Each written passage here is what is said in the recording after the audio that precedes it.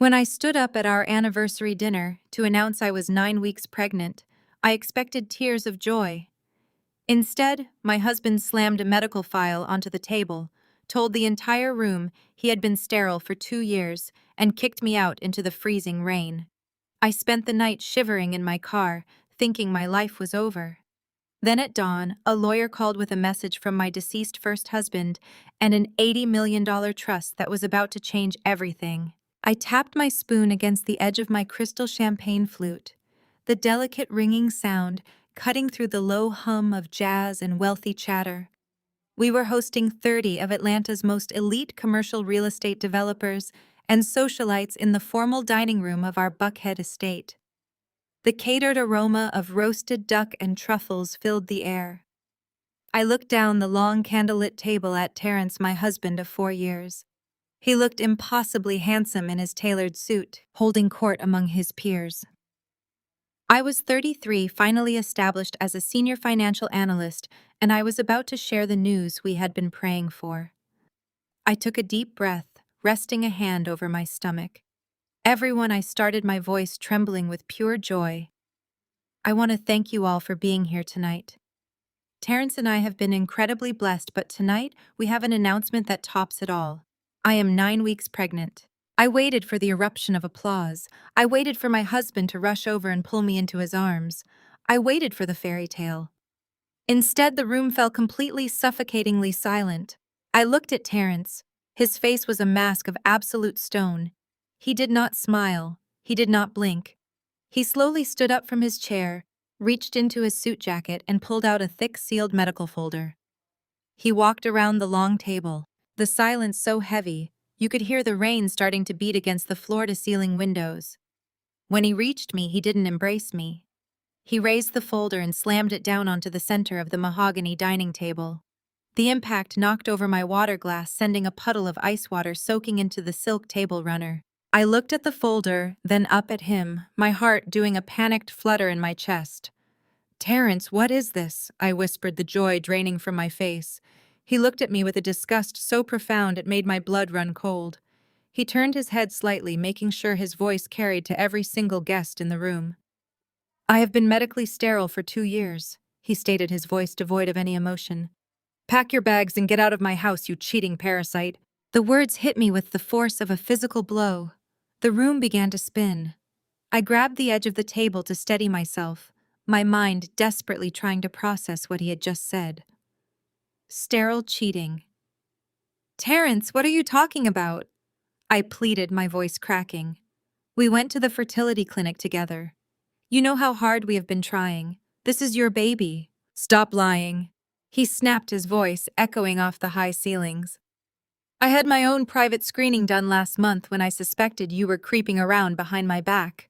The results are right there. 0 sperm count. Irreversible. I am incapable of fathering a child.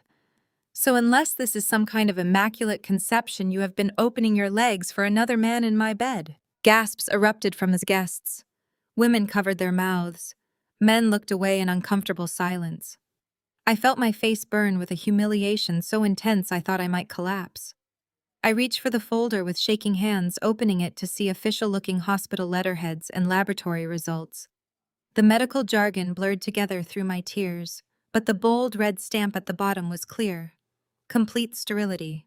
"This has to be a mistake," I cried, looking around the room for anyone to help me. "I swear to you on my life, Terrence, I have never been with anyone else. The clinic must have mixed up your results. Please let us just talk about this privately. Let us call your doctor right now." "There is no mistake, and we are not talking privately." Terrence shot back, his eyes narrowing with cruel satisfaction. "I want everyone here to see exactly who you are. I pulled you out of the mud, gave you my name, gave you this lifestyle, and this is how you repay me, by trying to trap me into raising a bastard child." Before I could even formulate another sentence to defend myself, the sound of a chair scraping against the floor broke the tension. It was Malik, Terrence's older brother, rising to his full height. Beside him, his wife Chloe took a slow, deliberate sip of her champagne. "I told you," Terrence, Chloe said, her voice dripping with venomous amusement. She set her glass down and smirked at me. "You can put a woman in a gated community, but you cannot erase her ghetto habits.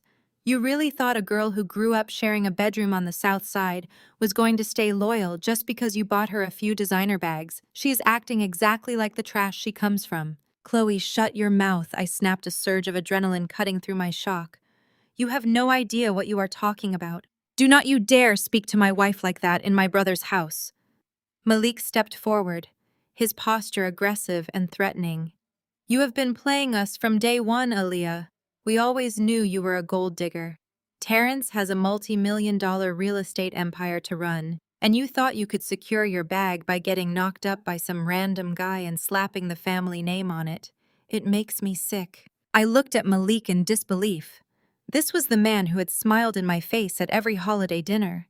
Now his eyes were full of absolute hatred. Malik, you know how hard I worked. I sobbed. I worked full-time at a logistics warehouse just to pay for my degree. I earned my position as a senior financial analyst. I never asked Terrence for a dime. I pay half the mortgage on this house. You pay what we let you pay to make you feel important, Terrence sneered. This is my property. My name is on the primary deed, and you are trespassing. The guests were now hurriedly grabbing their coats and making their way to the front door, eager to escape the explosive family drama. Nobody looked me in the eye. Nobody offered a word of support. I was completely isolated, surrounded by a family that had apparently been waiting for the perfect excuse to destroy me. Terrence, please. I begged, the tears flowing freely now. Think about what you are doing. I am carrying your child. I can prove it. We can get a DNA test right now, a prenatal paternity test. I will do whatever you want. Just do not do this. Do not throw me away like this. I do not need a DNA test when I have medical proof that I am shooting blanks, Terrence said coldly. The only thing I need is you out of my sight. Malik, call the police. Tell them we have a hostile trespasser refusing to leave the premises. I stared at the man I had shared my life with, the man I had slept next to for 4 years, and I realized I did not know him at all. There was no love in his eyes, no confusion, no heartbreak, just a cold, calculated cruelty. Chloe walked up to me, leaning in close so only I could smell her expensive perfume. You should have known your place, she whispered. You were just a charity project, Aaliyah. Did you really think you belonged at our table? Now grab your things and get out before I have you dragged out in handcuffs. I did not wait for the police. The sheer terror of being arrested while pregnant, of losing everything in a public spectacle, pushed me into survival mode. I turned and ran toward the master bedroom to grab my overnight bag, but Terrence was faster. He grabbed my arm, his grip bruising, and shoved me toward the front door. You are not taking anything from this house, he growled. You leave with what you came with. Nothing. My purse is upstairs, I cried, struggling against his grip. My wallet, my credit cards, my identification. You cannot just throw me out with nothing. Watch me, he spat. He yanked the keys to my sedan from the entryway table and shoved them into my chest. Take your cheap little car and get off my property. He grabbed the lapels of the designer wool coat I had thrown over my shoulders earlier in the evening and physically stripped it off my body, tossing it onto the floor. You bought this with a joint account. It stays here. He opened the heavy oak front door. The storm outside was raging, torrential rain coming down in sheets, the wind howling through the manicured trees of our neighborhood. Without another word, he shoved me out onto the porch. I stumbled in my heels, scraping my knee against the wet concrete. Before I could even catch my balance, the door slammed shut and the deadbolt clicked. I pounded on the wood, screaming his name, the cold rain instantly soaking through my silk dress. The porch light flickered off. I was entirely alone in the dark. Shivering uncontrollably, the chill cutting straight to my bones, I stumbled down the driveway to where my car was parked. I climbed inside, my teeth chattering, my clothes plastered to my skin. I tried to turn on the heat, but the gas tank was nearly empty, the low fuel light glaring at me from the dashboard. I could not risk running the engine and running out of gas completely. I drove aimlessly through the blinding rain, my mind a chaotic blur of panic and despair. I had no money, no identification, nowhere to go. My parents had passed away years ago, and my few close friends lived out of state. I pulled into the parking lot of a 24-hour grocery store, killing the engine and locking the doors. The temperature outside was dropping rapidly. I curled into a ball on the back seat, wrapping my arms around my stomach to protect the tiny life growing inside me. The physical pain of the cold was nothing compared to the agony in my chest. Terrence had thrown me away like garbage. His family had cheered him on. They had stripped me of my dignity, my home, and my safety in the span of 30 minutes. I cried until my eyes burned, until there were no tears left, until exhaustion pulled me into a fitful nightmare-filled sleep. I woke up as the first gray light of dawn crept through the rain-streaked windows of my car. Every muscle in my body ached. I was numb from the cold, my throat raw. I sat up clutching my stomach, a wave of morning sickness hitting me hard. I reached into the center console and found my cell phone. The battery was at 12%. There were no missed calls from Terrence, no texts saying it was a mistake, nothing. Just as I was about to search for a local women's shelter, the phone vibrated in my hand, an incoming call from a restricted number. I almost didn't answer it, fearing it was Terrence's lawyer or the police. But desperation made me swipe the green button. "Hello," I rasped, my voice barely a whisper. "Is this Aaliyah Washington?" a deep, authoritative voice asked. It was a man's voice, smooth and professional, lacking the harsh southern drawl of Terrence's family. "Yes," I said cautiously. "Who is this, ma'am?" "My name is Elias. I am the senior executor and legal representative for an estate." The man paused, and I could hear the rustle of heavy paper in the background. "I represent the estate of your late husband, Xavier." My breath caught in my throat. Xavier. The name hit me like a physical shock. Xavier was my first love, my high school sweetheart. We had married young, full of dreams, but he had moved abroad for work a decade ago and was reportedly killed in a motorcycle accident in Europe. I had mourned him, buried the empty casket, and spent years putting my life back together before ever looking at another man. "Xavier has been dead for 10 years, I said, my voice trembling. "Is this some kind of sick joke, Terrence? If you put someone up to this, I swear to God." "This is no joke, Aaliyah." Elias interrupted, his tone shifting to something deeply serious. "I am standing in my office in downtown Atlanta.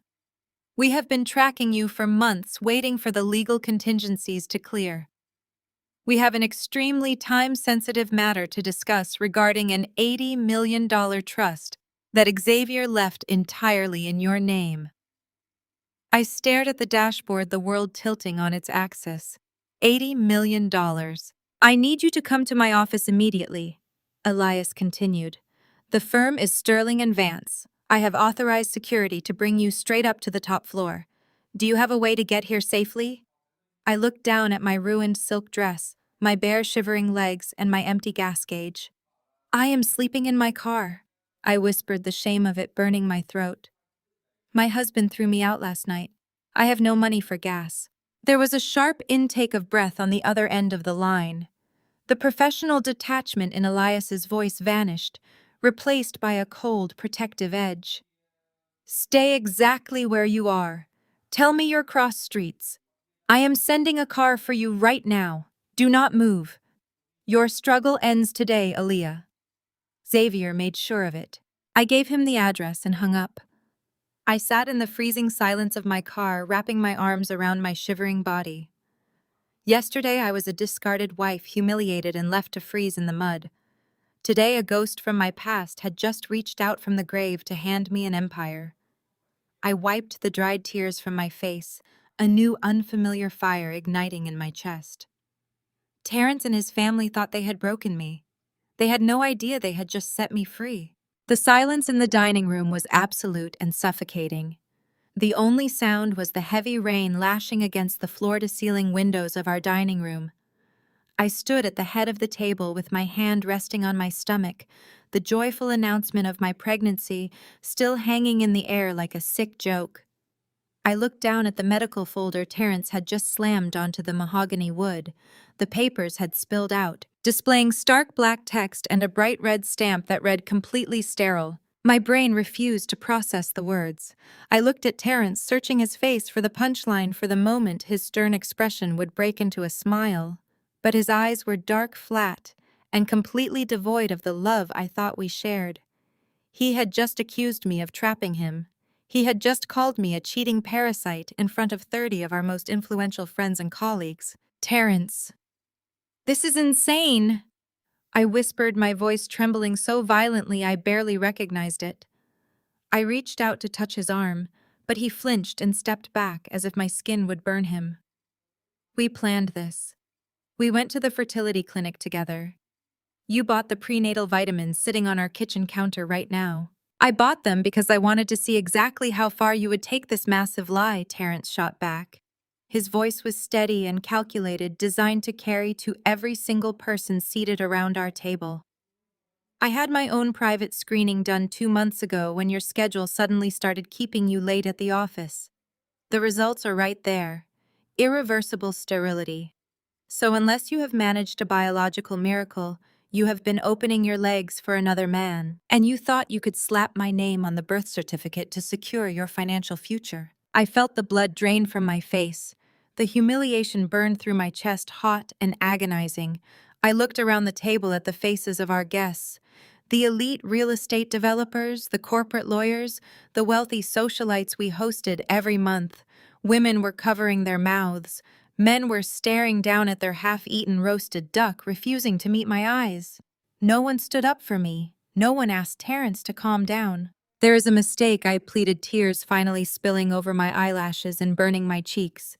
I swear to you on my life, Terrence, I have never been with anyone else. Not once. The clinic must have mixed up your results. Let us call your doctor right now. We can get a prenatal paternity test tomorrow morning. I will do whatever you want to prove it. There is no mistake, Terrence said, his tone icy.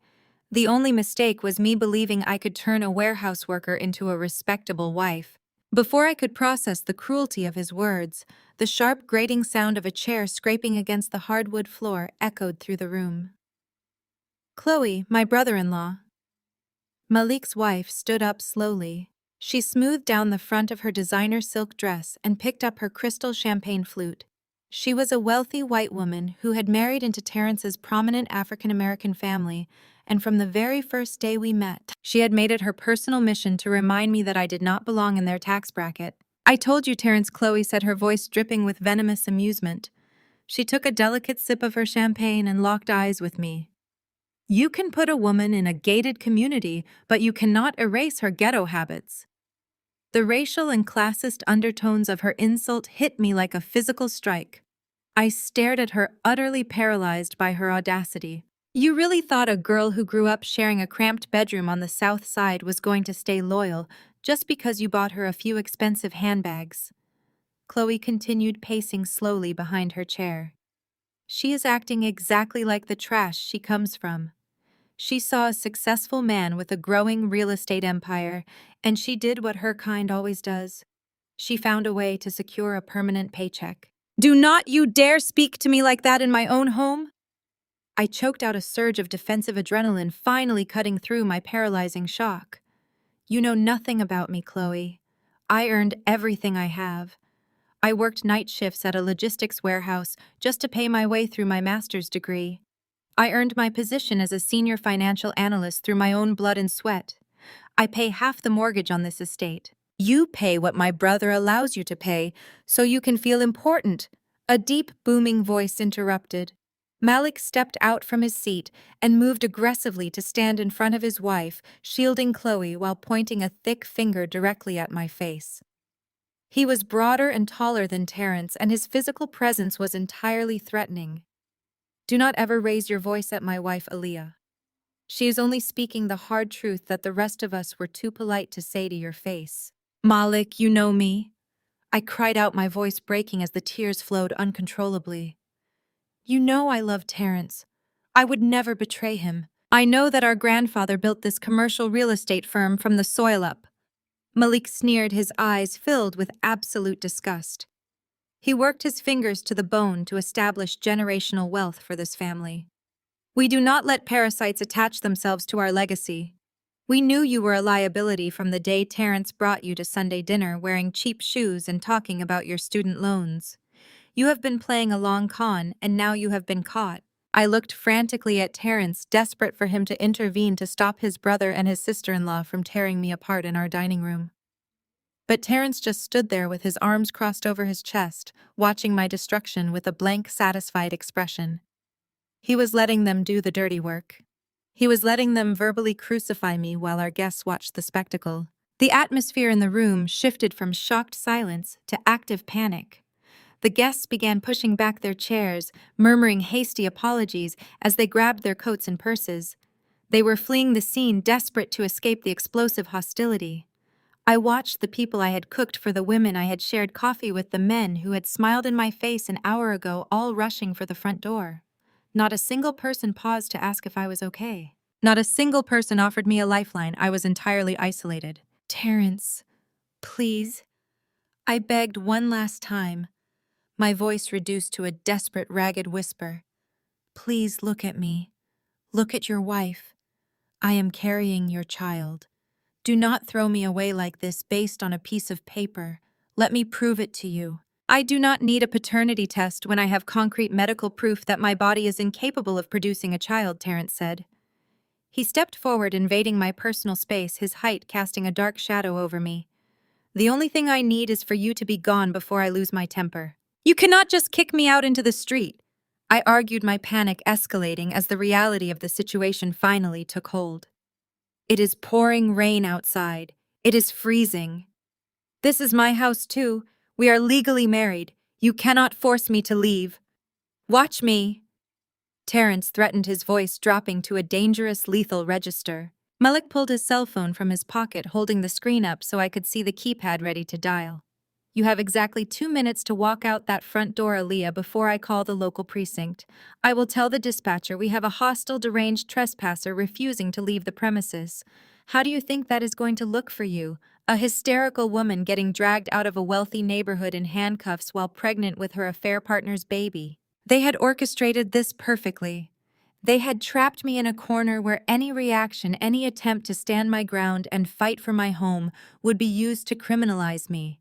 They knew exactly how the system would view me, and they were using it as a weapon. "You are all monsters," I sobbed, wrapping my arms protectively around my stomach. "You are sick, twisted people. We are a family protecting our own." Chloe smiled, stepping out from behind Malik to deliver her final blow. "Now be a good girl and run along back to the projects. You have overstayed your welcome." I turned away from their hateful faces, my chest heaving with sobs that tore at my throat. I knew I had to leave. I had to get away from these people before the situation became physically violent. I took a step toward the grand staircase, intending to go up to the master bedroom and pack a bag, but Terrence moved swiftly to block my path. The coldness in his eyes had been replaced by a fierce, undeniable rage. The real nightmare was only just beginning. I tried to step around him, my voice shaking as I told him I just needed my purse and a change of clothes. He grabbed my upper arm. His fingers dug into my skin with a bruising force I had never felt from him before. "You leave with what you came with," he hissed. "Nothing."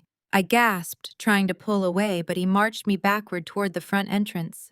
Malik shadowed us, his arms crossed, watching like a bouncer tossing out a drunk patron. "Please, Terrence," I begged, my heels slipping on the polished marble floor. "My identification, my credit cards, they are all in our bedroom. How am I supposed to leave without my wallet?" "You should have thought about that before you brought another man into my life," he spat. He reached into the pocket of my designer wool coat, the one he had gifted me for our anniversary, and pulled out my car keys. He separated the key fob from my sedan and shoved it hard against my chest.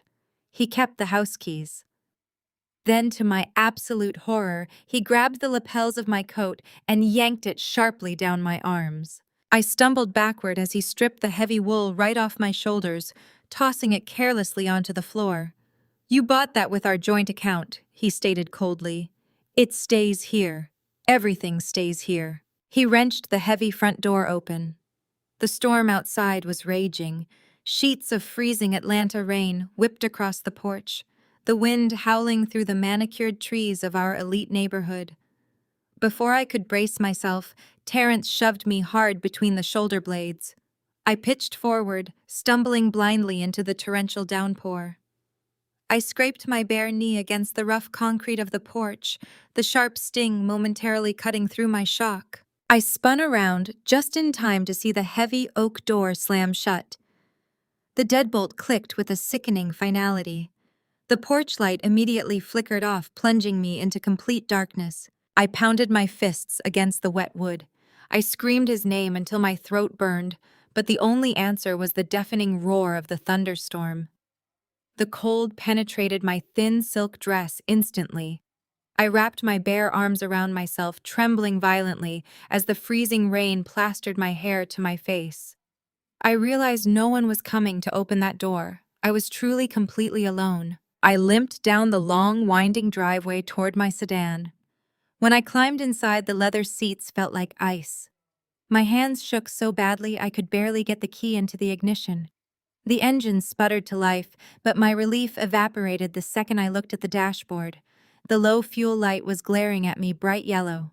The tank was practically empty. I did not have my purse. I did not have a single dollar to buy gas. I shifted into drive and pulled out of the gated community, the tires slipping on the flooded roads.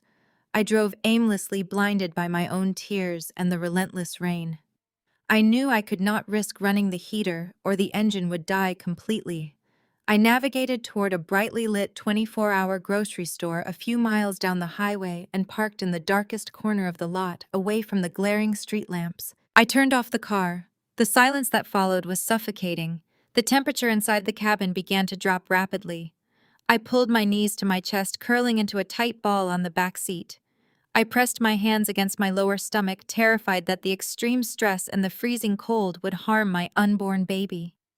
"Please, God, keep us safe," I whispered into the dark. I rubbed my belly, promising my child that I would figure this out, that I would not let this break us. The physical agony of the freezing air was nothing compared to the betrayal shattering my chest. My husband had discarded me like trash. His family had cheered him on. They had stripped me of my home, my dignity, and my safety in a matter of minutes. I cried until my eyes swelled shut, until my lungs ached, until pure exhaustion finally dragged me into a fitful nightmare-plagued sleep. I woke up with a sharp gasp as the first gray light of dawn crept through the fogged windows of my car. Every muscle in my body screamed in protest. My joints were stiff, my fingers numb, and my throat felt like it was lined with broken glass. I sat up slowly, clutching my stomach as a violent wave of morning sickness washed over me. I swallowed hard, fighting down the nausea. I reached into the center console and found my cell phone. The battery icon was flashing red at 9%. There were no missed calls, no texts from Terrence claiming he had made a terrible mistake, no messages from his brother or sister-in-law checking to see if I had survived the night. I was completely erased from their world. Just as I was about to open my web browser to search for a local women's shelter, the phone vibrated violently in my hand. An incoming call from a restricted number lit up the screen. I almost ignored it, terrified it was Terrence's lawyer calling to threaten me further, or the police calling to say Malik had actually filed trespassing charges. But desperation pushed my thumb to swipe answer. "Hello," I rasped, my voice sounding like a broken whisper. "Is this Aaliyah Washington?" a deep, authoritative voice asked over the line. It was a man's voice, smooth and professional, completely devoid of the harsh edge I had endured all night. "Yes," I answered cautiously, wrapping my arms around my shivering torso. "Who is this?" "Ma'am, my name is Elias. I am the senior executor and legal representative for an estate."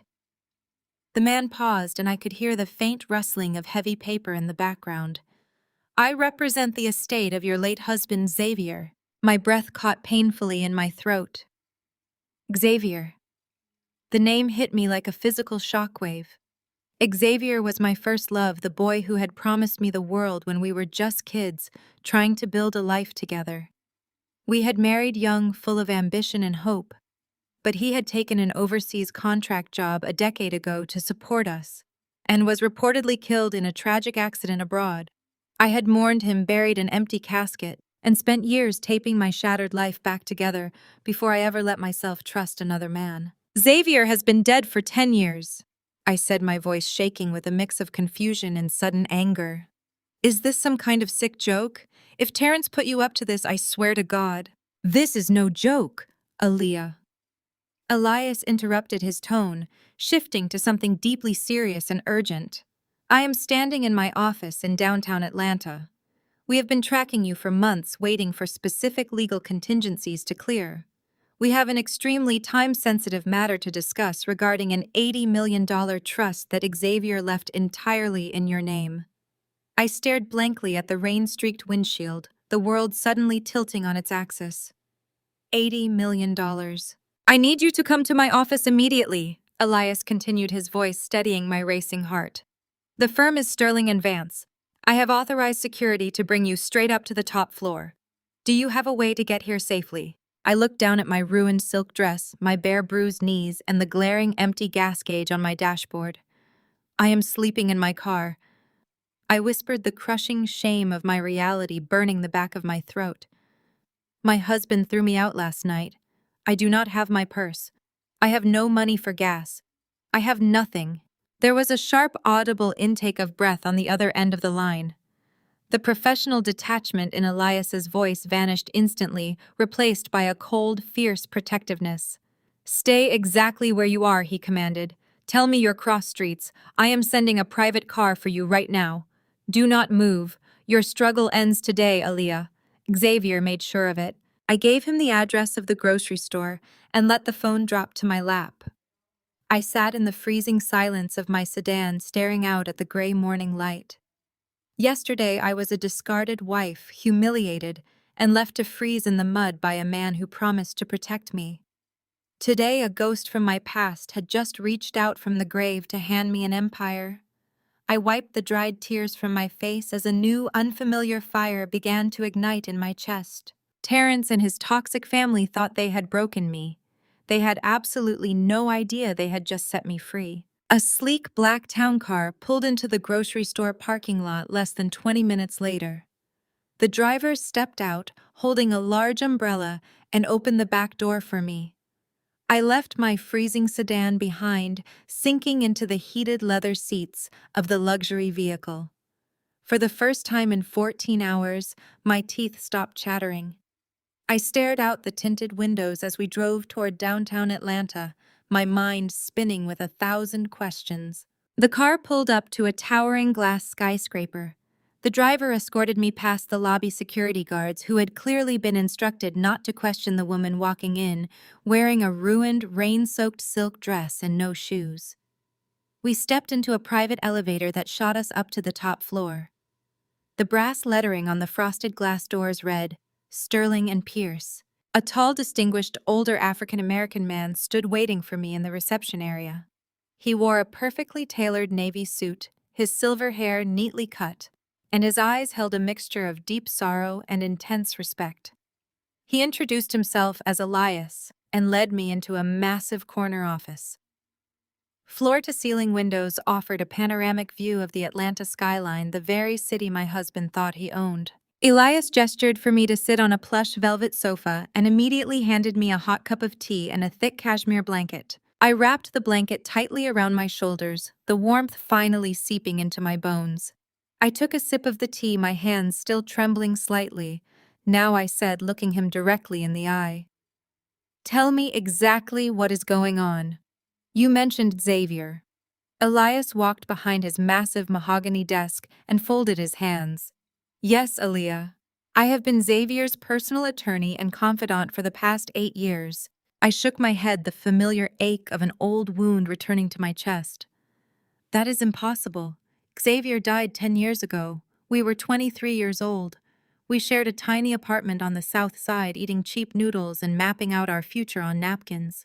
He took that dangerous shipping job overseas because he wanted to give me the world. His mother called me 2 months later to tell me he died in a motorcycle crash on the coast. I attended his memorial service. I cried over an empty casket because they said his body was unrecoverable.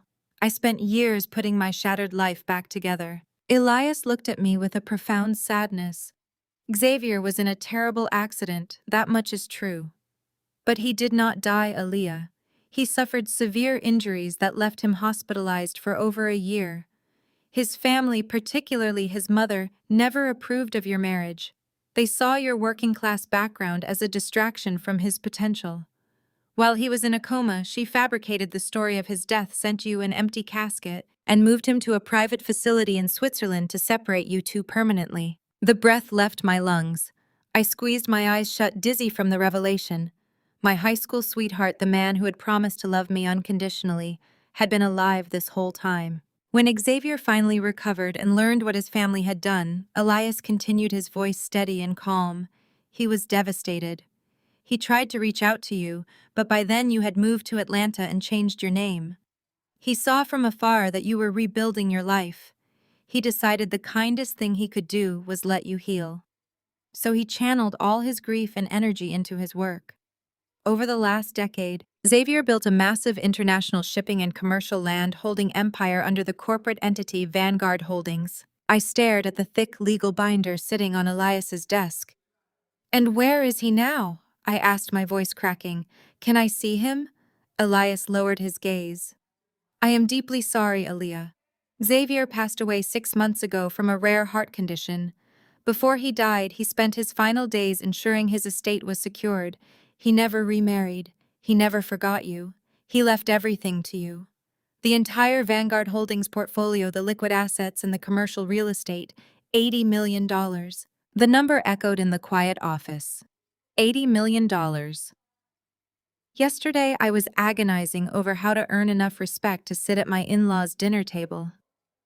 Today, I was sitting across from a lawyer telling me I owned an international empire. "There is, however, a critical stipulation," Elias said, breaking the silence. He slid the heavy leather binder across the desk toward me.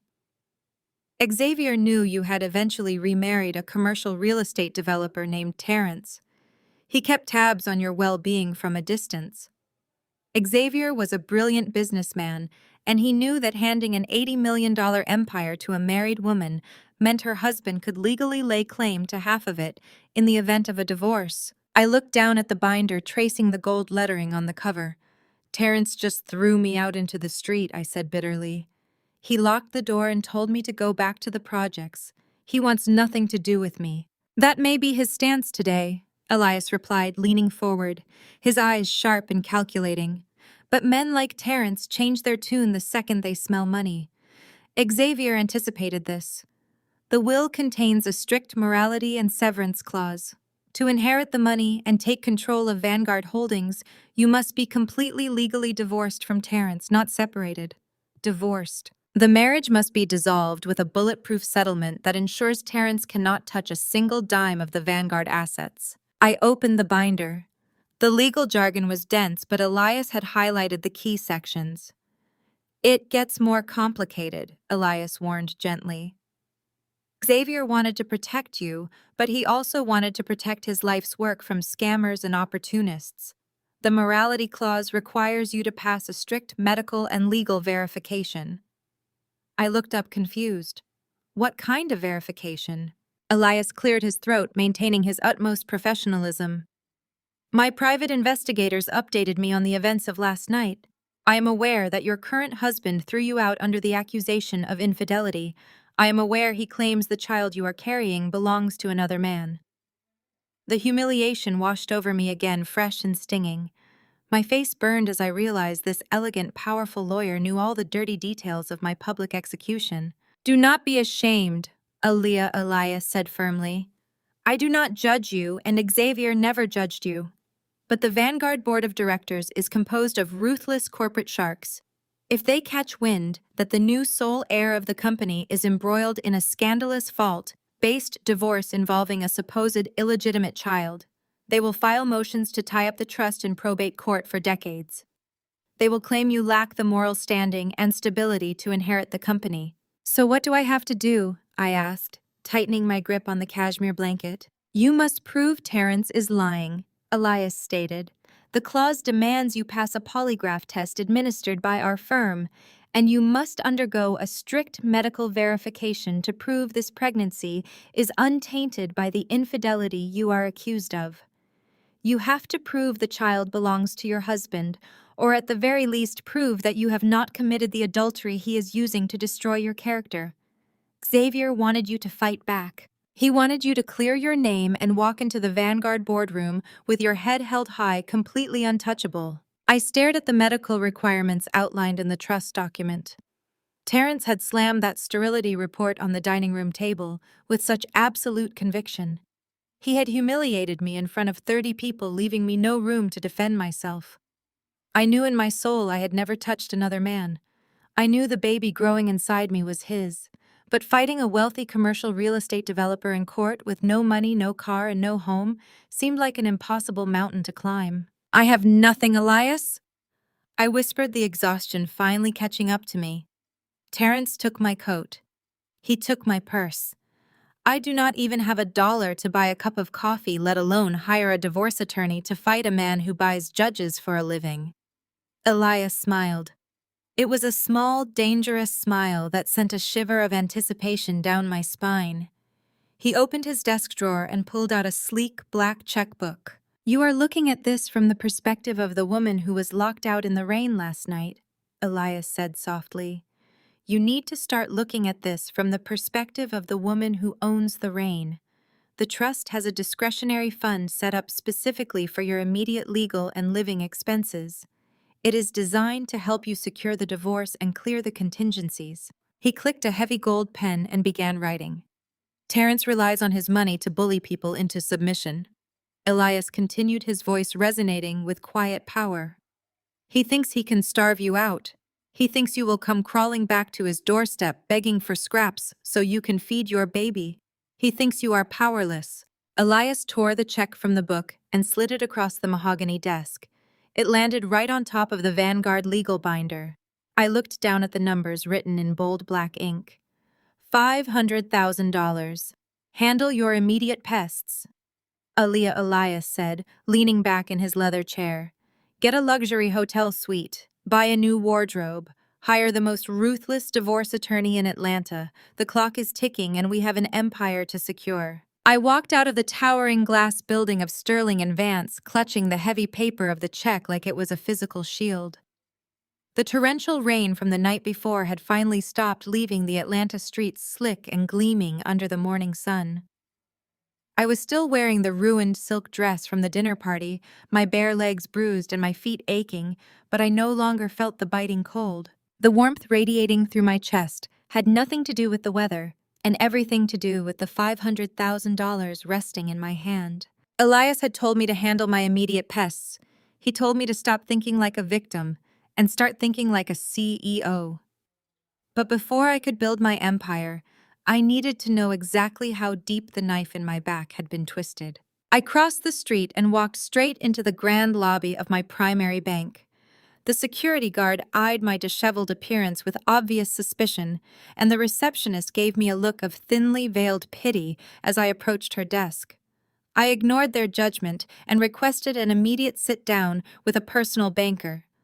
I was escorted into a small glass-walled office where a young woman in a sharp gray suit offered me a polite but tight smile. "I need to open a new private wealth management account under a blind LLC," I told her, keeping my voice steady. "But before we do the paperwork, I need you to pull up my current balances on all my existing accounts. My personal checking, the emergency savings, and the joint account I share with my husband Terrence." The banker tapped her manicured nails against her keyboard, her eyes scanning the monitor.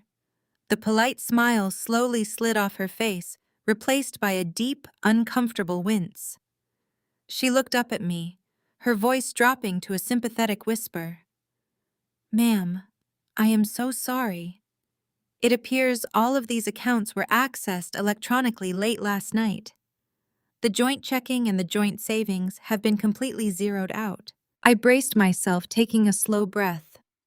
"And my personal emergency fund, the one that only had my name on it." She swallowed hard.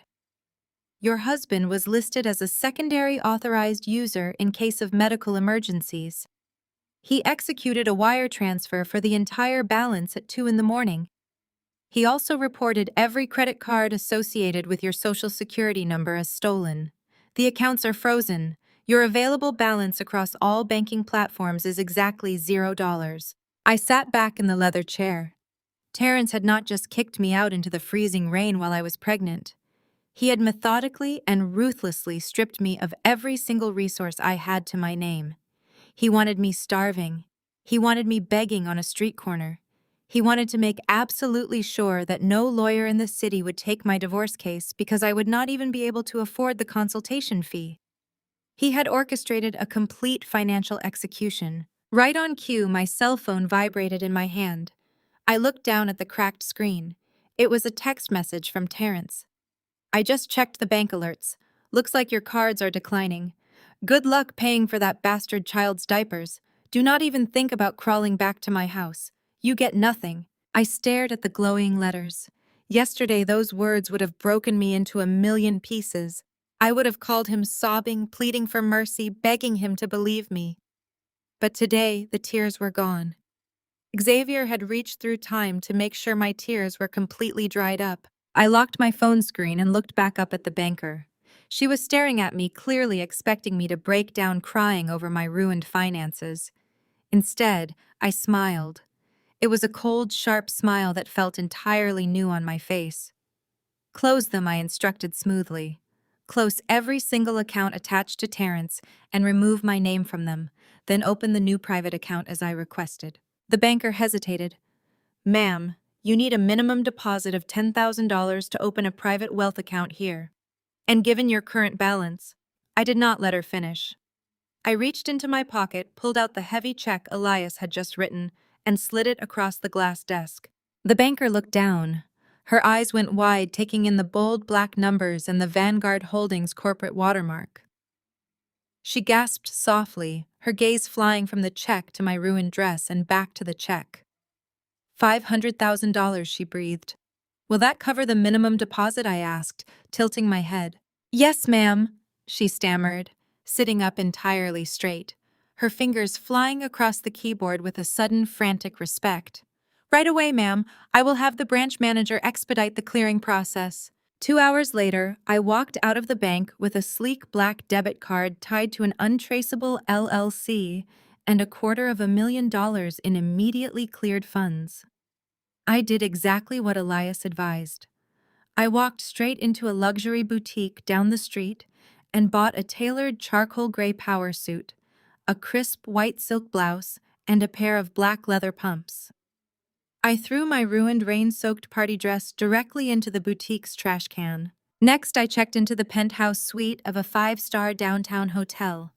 I stood under the scalding hot water of the marble shower, washing away the mud, the freezing rain, and the lingering scent of my old life. I ordered room service and ate a massive meal, ensuring my baby was nourished. I slept for 4 solid hours in a bed that felt like a cloud. When I woke up, I was no longer the broken woman crying in a grocery store parking lot. I was ready for war. By late afternoon, I was back in the top-floor office of Sterling & Vance. I wore my new tailored suit, my hair pulled back into a sleek bun, my posture radiating absolute control.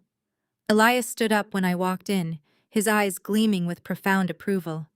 There she is, he said, gesturing to the plush velvet sofa. Madam CEO. I took my seat, crossing my legs and looking directly at him. The accounts are secured, Elias. Now show me what I own. Show me exactly what Vanguard Holdings is. Elias smiled, a predatory grin that matched my new energy. He walked over to his mahogany desk and picked up a massive leather-bound portfolio. He brought it over and set it gently on the glass coffee table between us. Xavier spent the last 10 years acquiring physical power, Elias explained, taking his seat opposite me. He did not care about flashy tech startups or volatile crypto markets. He bought things that people need to survive, shipping fleets that control supply chains across the Atlantic, warehouses that hold the inventory for major retail giants, and most importantly, commercial real estate in rapidly expanding urban centers. I opened the heavy leather cover. The pages were filled with deeds, financial valuations, and aerial photographs of massive properties. I turned page after page, absorbing the sheer magnitude of Xavier's empire. There were distribution centers in Miami, high-rise office buildings in Chicago, and shipping yards in Baltimore. He was brilliant, I murmured, tracing my finger over a revenue chart. He built an absolute fortress. He built it for you, Aaliyah, Elias said softly. Every acquisition, Every late-night negotiation he did it knowing he was laying the bricks for your safety net. Now turn to page 42. That is the crown jewel of the Southern portfolio. I flipped the heavy glossy pages until I reached the section Elias indicated. I looked down at the aerial photograph and the property details. My breath hitched in my throat. I leaned closer, staring at the address to make sure my eyes were not deceiving me. It was a massive 50-acre undeveloped commercial lot in the dead center of downtown Atlanta. I know this lot, I whispered, my heart hammering against my ribs. Terrence talks about this property every single night. Elias leaned forward, steepling his fingers. Yes. It is the most highly contested piece of commercial real estate in the state. The city council has been taking bids for months. The developer who secures the rights to build on that 50-acre lot will basically control the downtown commercial market for the next 20 years. My mind raced, pulling up every memory of Terrence pacing our bedroom, yelling on the phone with his brother Malik. Terrence and Malik had bet their entire company on acquiring that specific lot. Their real estate development firm had been struggling with bad investments and predatory loans for the last 2 years. The firm was secretly drowning in debt. Terrence had told me that winning the city council bid for this downtown lot was their only way out. He had pitched a massive luxury shopping and residential complex to his investors. He had promised them he would secure the land. He needed this lot to avoid total corporate bankruptcy. And Vanguard owns it, I said, looking up at Elias in pure shock. We own it free and clear, Elias confirmed. Xavier bought that land through a proxy corporation 5 years ago, when the city was still planning the zoning laws. Terrence's firm has been aggressively trying to negotiate a purchase agreement with Vanguard for the last 8 months. Terrence has no idea who actually sits at the top of Vanguard Holdings. He has only been dealing with our lower-level acquisitions team. I stared at the photograph of the 50-acre expanse. Terrence had thrown me out with absolutely nothing, thinking I was completely powerless. He thought he could strip away my dignity and force me into a homeless shelter while he continued to play the wealthy, powerful developer. He had laughed in my face while secretly leveraging his entire future on a piece of land. And now I was the woman holding the deed to his salvation. What is the current status of their bid? I asked, my voice dropping to a low, dangerous whisper. Terrence and his brother have over-leveraged their firm to secure the bank loans required to buy the land. Elias explained, pulling a tablet from his briefcase. They are bleeding cash every single day the deal gets delayed. They are desperate for a signature. They have requested a final mediation meeting next month to close the contract. If Vanguard denies them the land rights, their investors will pull out and their firm will collapse within 30 days. I closed the leather portfolio and rested my hands on top of it. The universe had just handed me the ultimate weapon. I did not just have enough money to hire a divorce attorney. I had the power to dismantle Terrence's entire existence. He wanted to play games with my life. He wanted to forge medical documents and call my unborn child a bastard. He was about to learn a brutal lesson about the woman he underestimated. Elias, I said, looking the powerful lawyer dead in the eye, deny their preliminary requests, stall the negotiations. I want his company bleeding cash every single hour of every single day. Do not kill the deal completely. Let him think he still has a chance. String him along until he is desperate. Elias smiled, his eyes gleaming with respect. And then, Madam CEO. I stood up, smoothing down the front of my charcoal suit. And then, I will handle my divorce. We have a morality clause to clear and a cheating husband to crush. Make the calls, Elias. Vanguard Holdings is officially under new management. The next morning, I woke up in the crisp white sheets of my downtown penthouse suite, feeling a strange mix of profound exhaustion and razor-sharp clarity. I ordered room service, drinking a cup of herbal tea, while looking out over the sprawling Atlanta skyline. I was a millionaire dozens of times over, but nobody in the world knew it except Elias. I decided to maintain my normal routine. I needed to keep my cover intact while Elias set the Vanguard trap in motion. I put on the new tailored charcoal gray suit I had purchased the day before, pulled my hair back into a sleek, low bun, and called a private car to take me to my job at Piedmont Financial. I had worked 80-hour weeks to earn my position as a senior financial analyst. I had clawed my way up from a cramped cubicle to a corner desk, and I was not going to let Terrence disrupt my professional life simply because he threw a temper tantrum. I walked through the revolving glass doors of my office building, flashing my badge at the security desk. The morning rush was in full swing. Junior analysts were rushing past with coffee cups, and the sound of ringing phones echoed across the massive open concept floor. I took the elevator to the 14th floor, stepping out with my head held high. I felt bulletproof. I walked down the main aisle, passing the glass-walled conference rooms and smiling politely at a few of my colleagues. Everything felt completely normal until I reached my desk. Before I could even set down my leather tote bag, my department director, David Caldwell, walked up behind me. He was a middle-aged man who cared more about corporate optics and golf club memberships than he did about his actual employees. He looked incredibly nervous, shifting his weight from foot to foot and avoiding direct eye contact. "Aaliyah," he said, his voice tight and formal. "Please do not log into your terminal. I need you to step into my office right now." I frowned, a knot of unease forming in my stomach. I assumed he wanted to discuss the quarterly projections I had submitted the week before. But when I walked through his heavy oak door, the air in my lungs completely vanished. Sitting in the leather guest chair across from David's desk was Terrence. He was wearing his signature tailored navy suit, his legs crossed casually at the knee. He was holding a ceramic coffee cup and looking at me with an expression of deep manufactured sorrow. He looked like the picture of a concerned, heartbroken husband dealing with a tragic family crisis.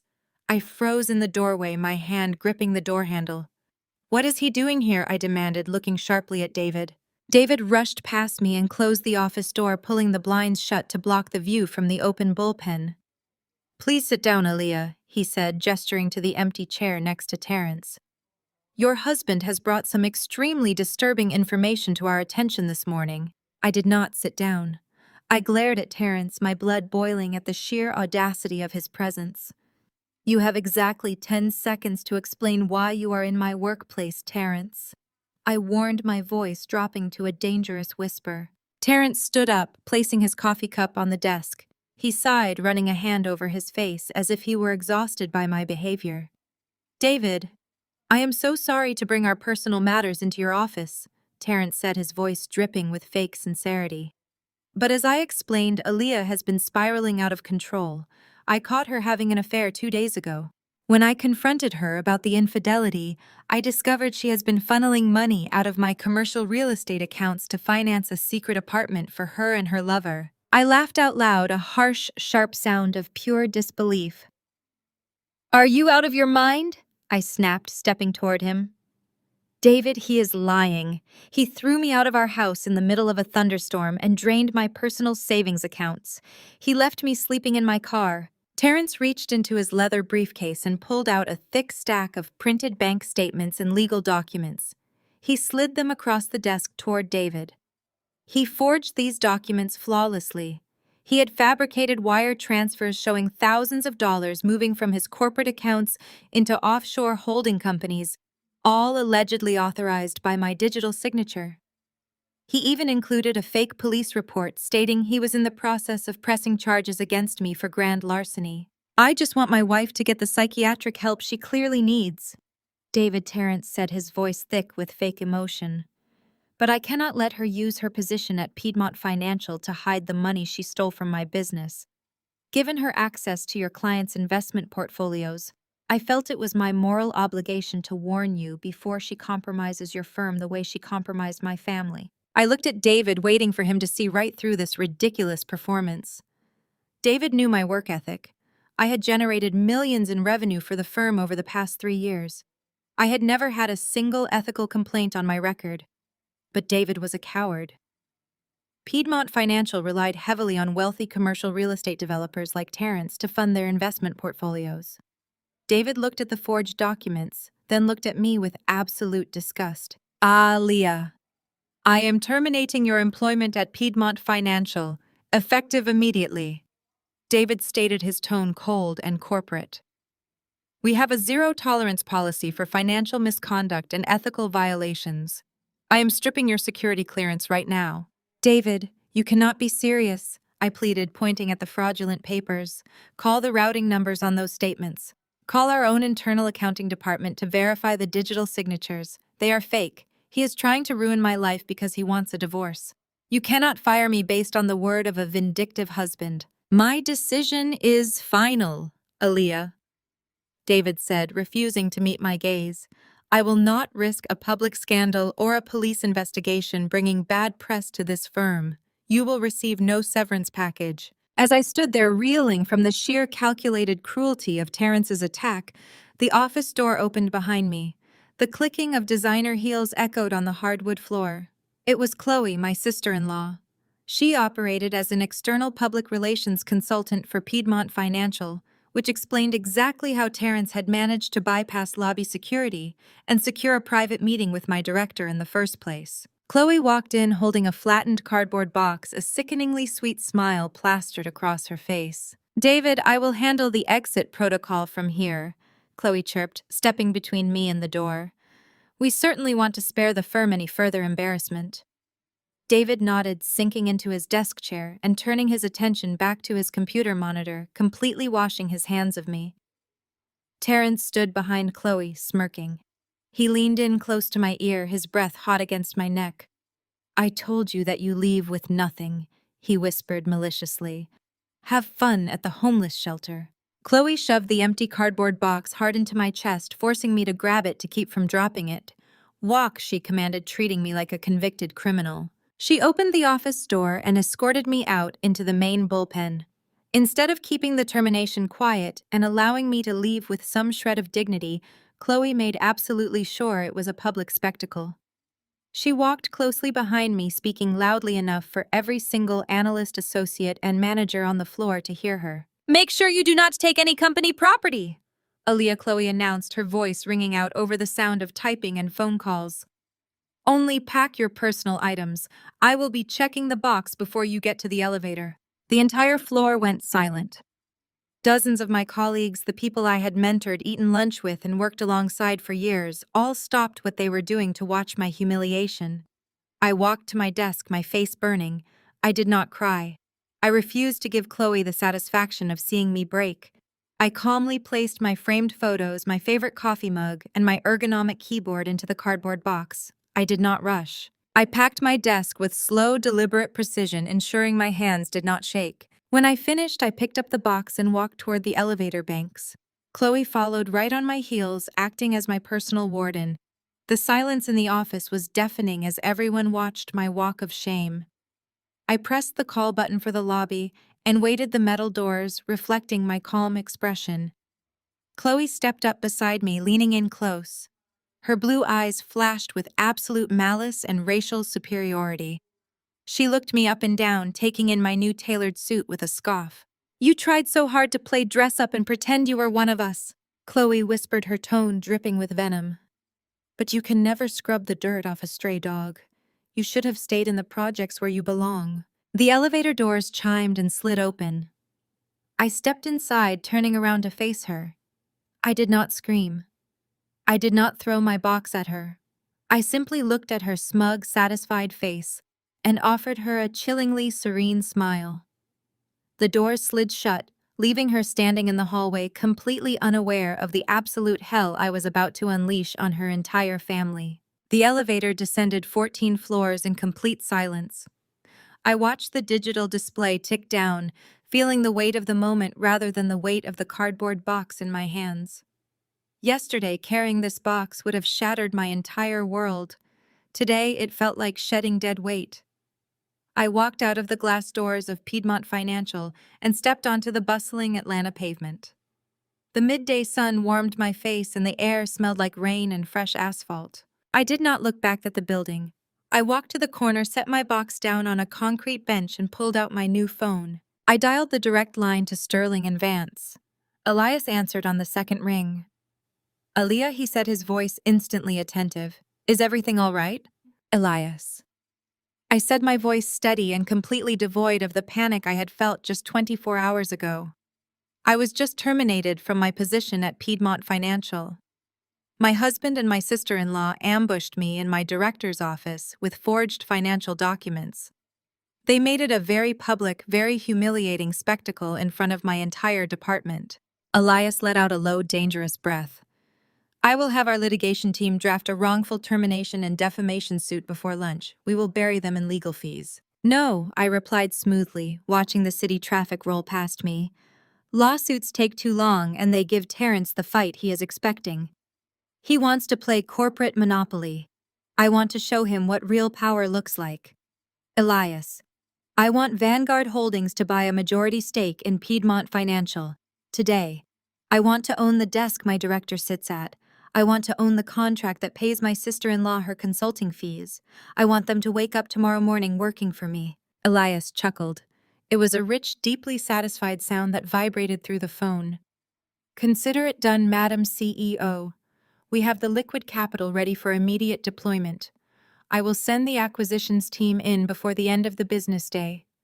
They will not even know what hit them. A black town car pulled up to the curb a few minutes later, sent by Elias to collect me. I left the cardboard box sitting right there on the concrete bench. I did not need my cheap coffee mug or my old framed photos. I was stepping into an entirely new existence. The driver held the door for me, and I sank into the leather seat. He drove me to my new luxury penthouse suite. This place was completely off the grid, leased under a blind LLC that led back to a maze of Vanguard corporate accounts. Terrence and his private investigators could search the entire state of Georgia, and they would never find me here. I walked into the massive living room. Floor-to-ceiling windows gave me a commanding view of the city I was about to conquer. I kicked off my black leather pumps and sank into the plush sectional sofa. I rested my hand on my stomach, taking a deep, grounding breath. The stress of the morning melted away. I was safe, my baby was safe, and we had endless resources. An hour later, there was a quiet knock at my door. Elias had sent over the private investigator we discussed earlier that morning. I opened the door to find a sharp, observant African-American woman in her late 40s named Valerie. She wore a tailored pantsuit and carried a thick leather briefcase. I invited her in and offered her a seat at my marble dining table. Elias gave me the brief, Valerie said, pulling out a sleek tablet. You need me to dig into your husband, his brother Malik, and specifically the doctor who signed the sterility report Terrence used to kick you out. Exactly, I told her, pouring us both a glass of sparkling water. Terrence slammed a medical file on my dining room table, claiming he has been completely sterile for 2 years. He used it to accuse me of cheating and to justify throwing me out in the rain.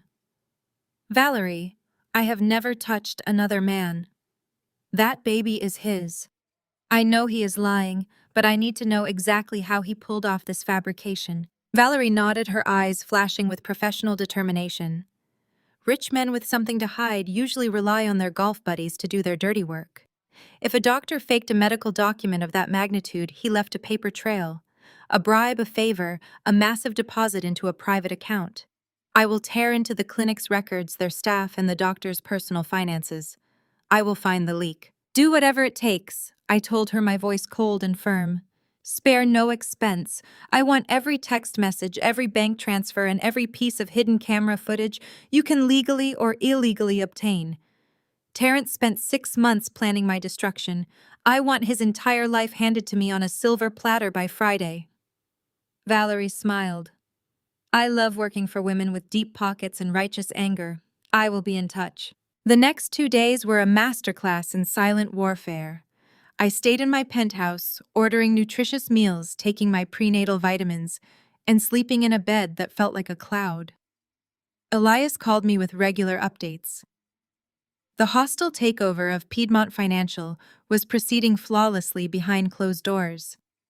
My former boss and Chloe had absolutely no idea that the massive conglomerate buying out their firm was currently sitting in a bathrobe sipping herbal tea. But Terrence was not finished trying to ruin me. On Thursday afternoon, I received a call from the front desk of my building. The concierge informed me that a courier had arrived with a highly sensitive legal package. Since I was operating under a blind LLC, the courier did not know my name, only my secure Dropbox number. I instructed the concierge to send the package up in the private elevator. When the heavy manila envelope arrived, I carried it to the marble island in my kitchen. The return address belonged to one of the most aggressive, ruthless family law firms in Atlanta. I broke the seal and pulled out the thick stack of papers. It was a petition for a fault-based divorce. I read through the documents, my jaw clenching tighter with every single page. Terrence was not just filing for divorce, he was attempting to financially execute me. The petition formally accused me of adultery, citing the fabricated sterility report as his primary evidence. He accused me of grand larceny, attaching the same forged bank statements he had used to get me fired from my job. He claimed I was a volatile, untrustworthy partner who had manipulated him for his real estate wealth. But the demands were the most insulting part. Terrence was demanding that I surrender my 10-year-old sedan, claiming he had paid for the tires and therefore held a financial stake in the vehicle. He demanded I return the wedding ring he gave me along with every piece of jewelry I had acquired over the last 4 years. He demanded that I be held completely responsible for all of our marital debt, including the massive credit card bills he had racked up furnishing his home office. And then at the very bottom of page 12, I read a sentence that made me laugh out loud. It was a cold, humorless laugh that echoed through the empty penthouse. Terrence was demanding alimony. He was claiming that my alleged embezzlement had severely damaged his commercial real estate business. He claimed that the emotional distress of my supposed infidelity had hindered his ability to work, causing him significant financial loss. He was asking the judge to force me to pay him $5,000 a month in spousal support for the next 10 years. The sheer, unadulterated audacity of this man was staggering. He had locked me out in a freezing thunderstorm with absolutely nothing. He had stolen my savings, ruined my career, and publicly branded me a cheating gold digger. And now he wanted me to pay his bills. He truly believed he had beaten me into submission. He thought I was sitting in some grimy motel room crying my eyes out, terrified of his high-priced lawyers. I picked up my phone and dialed Elias. He answered immediately. "I just received Terrence's divorce petition," I said, my voice dangerously calm. "He is filing for a fault-based divorce. He wants my car, my jewelry, and he is demanding alimony." Elias let out a heavy sigh of absolute disgust. "He is trying to bury you in legal threats so you will surrender quickly and sign away your rights to the house. It is a classic intimidation tactic used by desperate men. Do you want me to file the counter-petition today?" "No," I replied, looking out over the sprawling city. "Let him think he has the upper hand. Let him think I am terrified and broke. Have you heard back from Valerie about the private investigation? She is coming to my office in an hour." Elias said, a hint of dark anticipation in his tone. "She found the leak." "Aaliyah, the doctor who signed the sterility report is just the beginning. Terrence has been hiding a lot more than fake medical records. We have everything we need."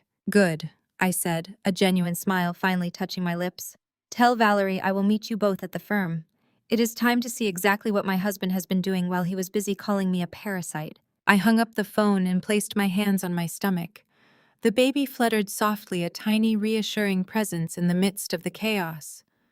I was going to protect this child with everything I had. Terrence wanted a war over pennies. He was about to find himself drowning in an ocean of consequences. I walked into my massive walk-in closet and pulled out a crisp, white tailored dress. I slipped on my black leather pumps and grabbed my new designer handbag. I was done playing the victim. It was time to unearth the lies and burn his entire world to the ground. I stepped out of the private elevator at Sterling and Vance, feeling a profound sense of calm. The humiliation Chloe and Terrence had tried to inflict on me at the office had completely backfired. Instead of breaking me, it had only sharpened my focus. I walked past the reception desk and straight into the glass-walled conference room, where Elias and the private investigator Valerie were already waiting. Valerie sat at the long marble table with several heavy manila folders spread out in front of her. She looked up as I took my seat, her expression a mix of deep professional satisfaction and genuine sympathy. She slid the first folder across the table toward me. "I told you rich men use their golf buddies to do their dirty work," Valerie said, her voice steady and clear. "The doctor who signed that sterility report is a man named Gregory Warren. He operates a private fertility clinic in Midtown, but more importantly, he has been playing in the same high-stakes poker league as your husband for the last 4 years. I opened the folder looking at the printed bank records Valerie had highlighted. Dr. Warren has been drowning in debt, Valerie continued. Terrence wired $40,000 to a shell company owned by Warren's wife exactly 1 week before your anniversary dinner. 3 days after that wire transfer cleared, Warren generated the official medical file claiming Terrence has been irreversibly sterile for 2 years. The entire document is a complete fabrication. Terrence is not sterile and he never was. I stared at the bank transfers, my chest tightening. I had known in my heart the document was a lie because I knew my own faithfulness. But seeing the actual price tag placed on my destruction made me sick. He paid $40,000 to ruin my reputation and justify throwing me out in the freezing rain, I whispered. But why, Valerie? Why go through all this trouble to forge medical records and stage a public execution just to get a divorce? Valerie exchanged a heavy look with Elias before sliding the second folder across the table. Because of her, Valerie said. I opened the folder to find high-resolution surveillance photographs of Terrence walking hand in hand with a young, stunning African-American woman. She looked no older than 22. They were walking out of an upscale boutique in Buckhead, and Terrence was carrying several designer shopping bags. Her name is Jada, Valerie explained. She is a bottle service waitress at a luxury downtown club Terrence frequents with his brother Malik. Terrence has been paying the rent on her luxury apartment for the last 8 months. But that is not the reason he panicked, Aaliyah. Men like Terrence keep mistresses all the time without blowing up their marriages. He panicked because Jada is currently 4 months pregnant. The air in the conference room seemed to vanish. I looked at the photograph of the young woman, her hand resting gently on her stomach. It all clicked together with sickening clarity. Terrence was drowning in corporate debt. I said, my voice barely above a whisper. He over-leveraged his firm, and he secretly used our marital home as collateral for his bank loans. If he filed for a standard divorce, his assets would be frozen, and his creditors would find out he was insolvent. He needed a way to keep the house and every single dime we had while instantly getting rid of me to make room for his new family. Exactly, Elias said, leaning forward. If he simply asked for a divorce, you would be entitled to half the estate and alimony. But by staging a public spectacle and framing you as an unfaithful wife trying to pass off another man's baby as his, he created the perfect fault-based divorce. He manipulated the narrative so his family and his investors would see him as the tragic victim. It allowed him to drain your joint accounts and demand the house, claiming you forfeited your marital rights through infidelity. The sheer psychological warfare of his plan hit me like a freight train. Terrence knew he was perfectly capable of having children. He knew the baby growing inside of me right now was his. He knew I was innocent. But he looked me dead in the eye in front of 30 people and called me a cheating parasite anyway. He threw his own pregnant wife out into a thunderstorm knowing I had absolutely nothing just to save his fragile ego and his failing real estate firm. He was willing to let me and his own unborn child starve in the streets just to cover up his affair and protect his bank accounts. I closed the folders deliberately, aligning the edges on the marble table. My hands were not shaking. I did not shed a single tear. The grief that had consumed me in the grocery store parking lot was completely gone, burned away by a cold, terrifying rage. I picked up the folders and walked over to the heavy steel wall safe tucked into the corner of Elias's office. Elias punched in the code and pulled the heavy door open.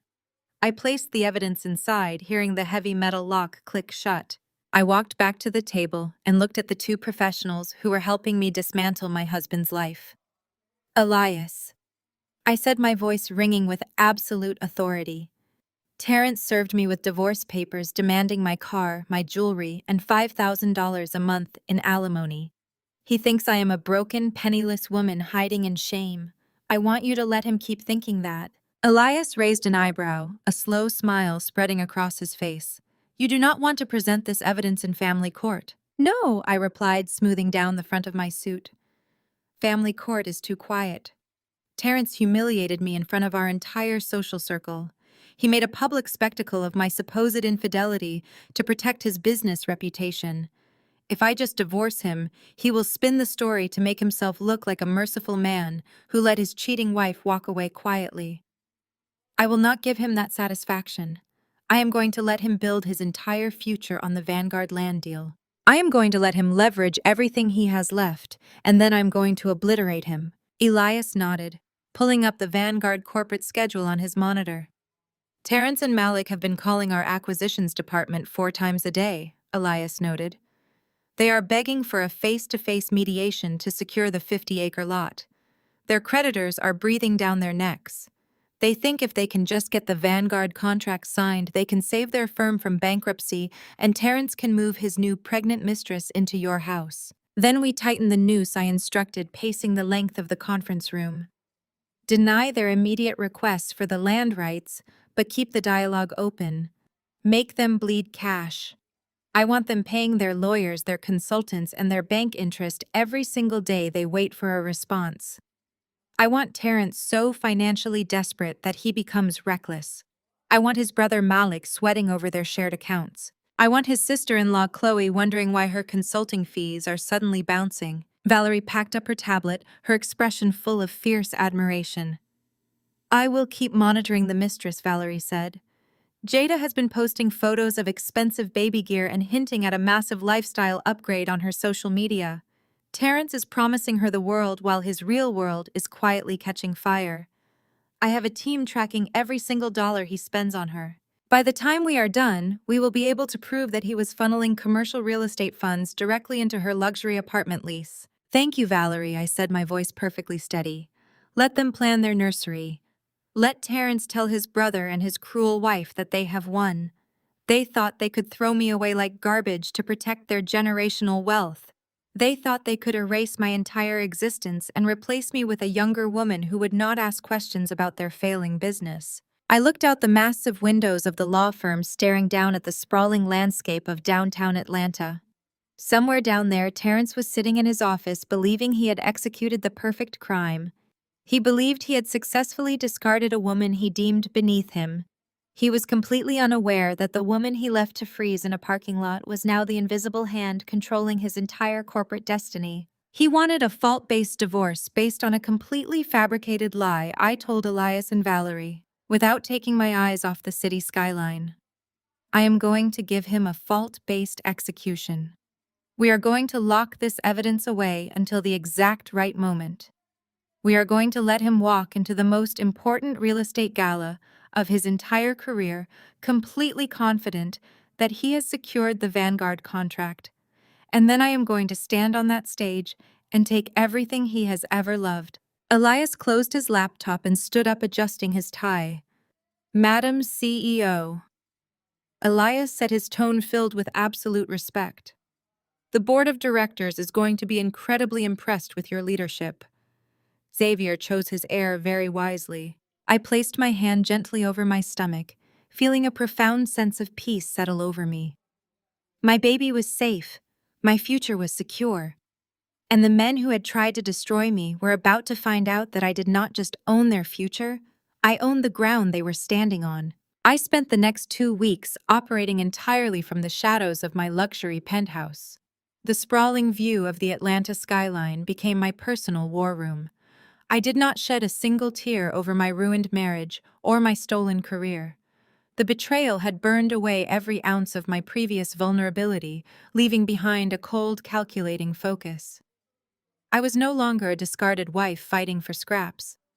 I was the anonymous chief executive of an international holding company, and I was about to teach my husband a brutal lesson in corporate warfare. Valerie, my private investigator, provided daily briefings on Terrence and his brother Malik. Through her surveillance and deep-dive financial digging, she uncovered the exact anatomy of their failing real estate firm. Terrence and Malik had placed the entirety of their corporate future on acquiring the 50-acre downtown commercial lot owned by Vanguard Holdings.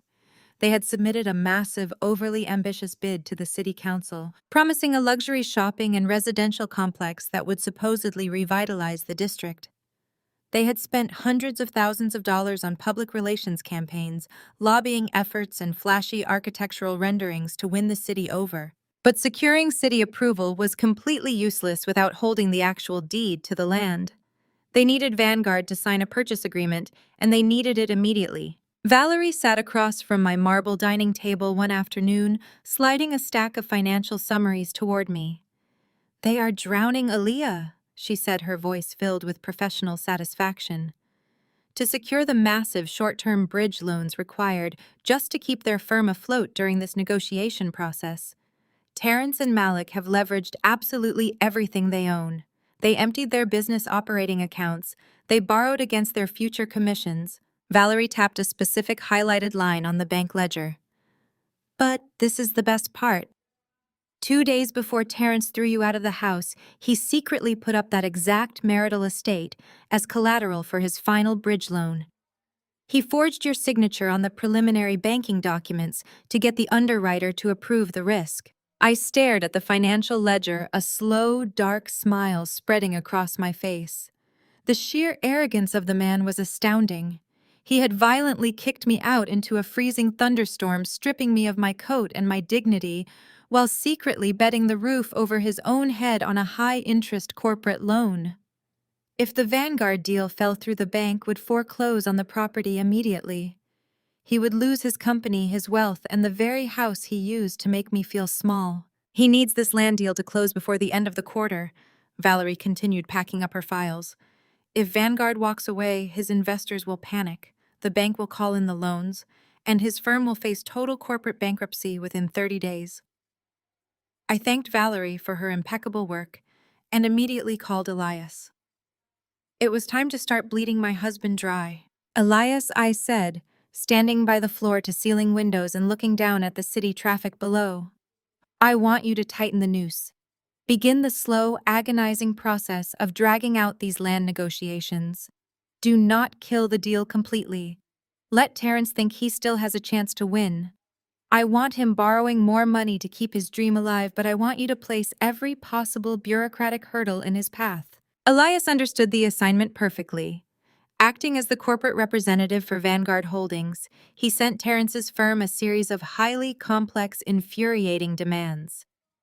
We formally denied their requests for preliminary zoning rights, claiming their proposals lacked sufficient community impact planning. We demanded extensive, costly environmental soil studies that forced Terrence to hire expensive third-party contractors. We required updated architectural renderings that forced his firm to pay exorbitant rush fees to their design teams. Every single day that the Vanguard contract remained unsigned, Terrence's firm hemorrhaged cash. He was paying astronomical daily interest rates on his bridge loans just to keep the bank from calling in his debts. I watched the financial reports Valerie compiled with a cold, detached satisfaction. Terrence was financing his own destruction, and he had absolutely no idea that the woman pulling the strings was the same woman he had discarded like trash in a grocery store parking lot. The stress of the corporate bleed immediately began to fracture their toxic family dynamic. Valerie provided surveillance photos of Terrence and Malik engaging in screaming matches in the parking lot of their office building. Malik was furious that the Vanguard executives were stalling, blaming Terrence for failing to close the deal. The financial strain also hit Chloe. The consulting fees she regularly charged to her husband's firm began to bounce due to insufficient funds. She was suddenly forced to cancel her luxury spa appointments and her expensive country club luncheons. The pristine, superior facade she had weaponized against me was cracking under the weight of their hidden insolvency. Meanwhile, Terrence was struggling to maintain the illusion of unlimited wealth for his 22-year-old mistress. Jada had moved into a luxury high-rise apartment, expecting Terrence to fund a lavish lifestyle. Valerie showed me screenshots of Jada complaining on her social media accounts, whining that her wealthy boyfriend was suddenly acting stressed, snapping at her over credit card bills, and refusing to buy the designer nursery furniture he had promised her. The fairy tale he had sold her was rapidly turning into a nightmare of mounting debt and corporate panic. I rubbed my pregnant stomach, feeling a profound sense of protective peace. My baby was growing healthy and strong, insulated from the chaos I was unleashing on the men who tried to ruin us.